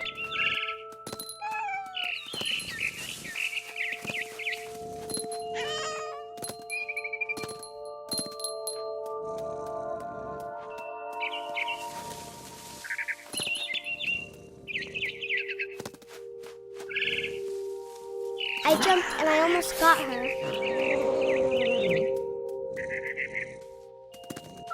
I could tell she was getting really tired. Now I was up in the big tree. I promised Dad I wouldn't climb it anymore. All I cared about was eating that mama bird. I gobbled her up. And suddenly, I was an owl. First, all I heard was the wind. Then I heard little teeth nibbling in the grass.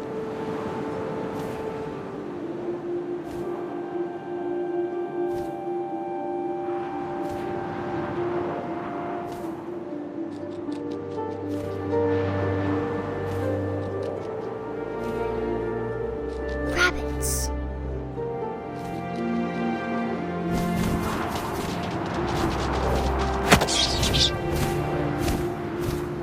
I imagined his face looking up and seeing mine through my talons. I swallowed him up, and I didn't chew one bit. Then I flew off to find something bigger.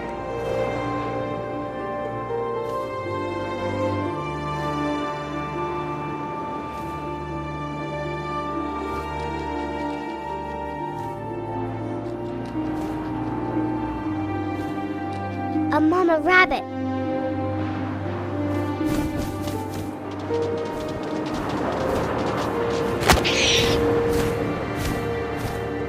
She was almost too big to carry. I started choking, but I couldn't stop eating. And suddenly, I was a shark.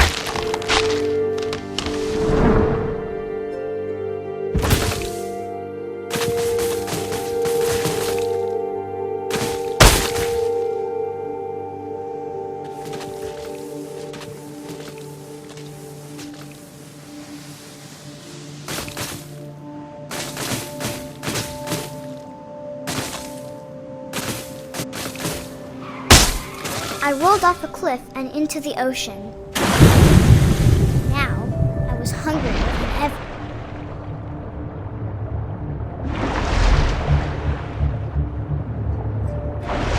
I wanted fat, juicy seals.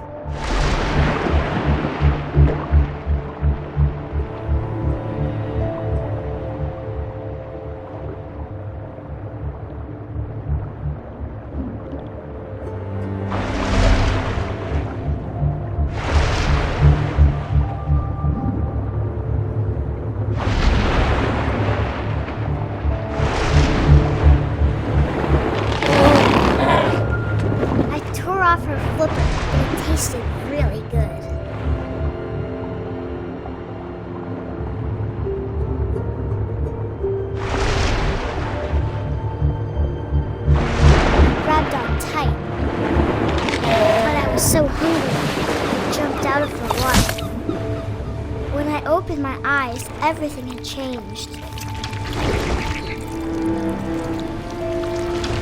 Now I was a monster, and I smelled people everywhere.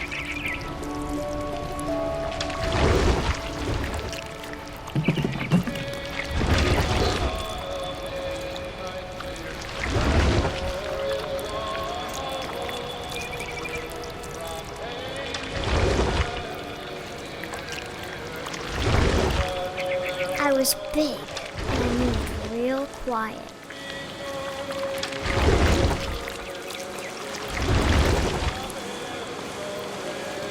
I wanted to stop, but also I didn't.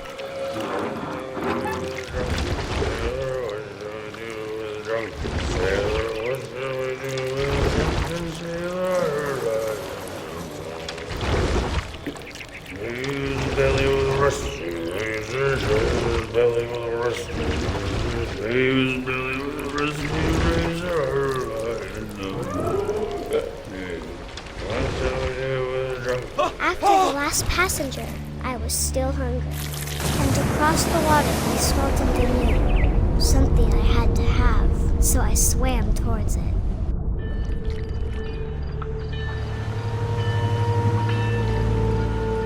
I slithered onto the sand, and the good smell went into an old pipe.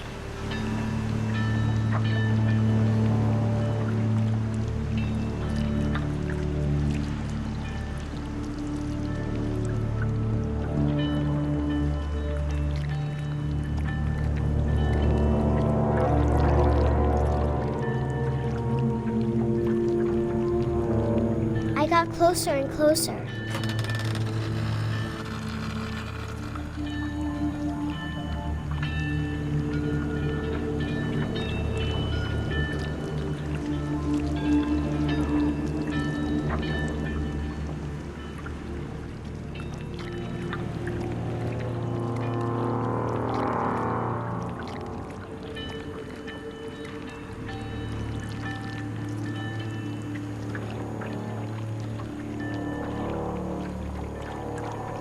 All my stomach started growling.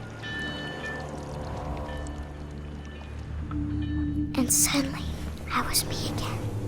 I held my breath for a long time, but I couldn't hear anything. I think it's waiting for me to fall asleep. But it's not going to wait much longer. It needs to feed, and we both know I will be delicious.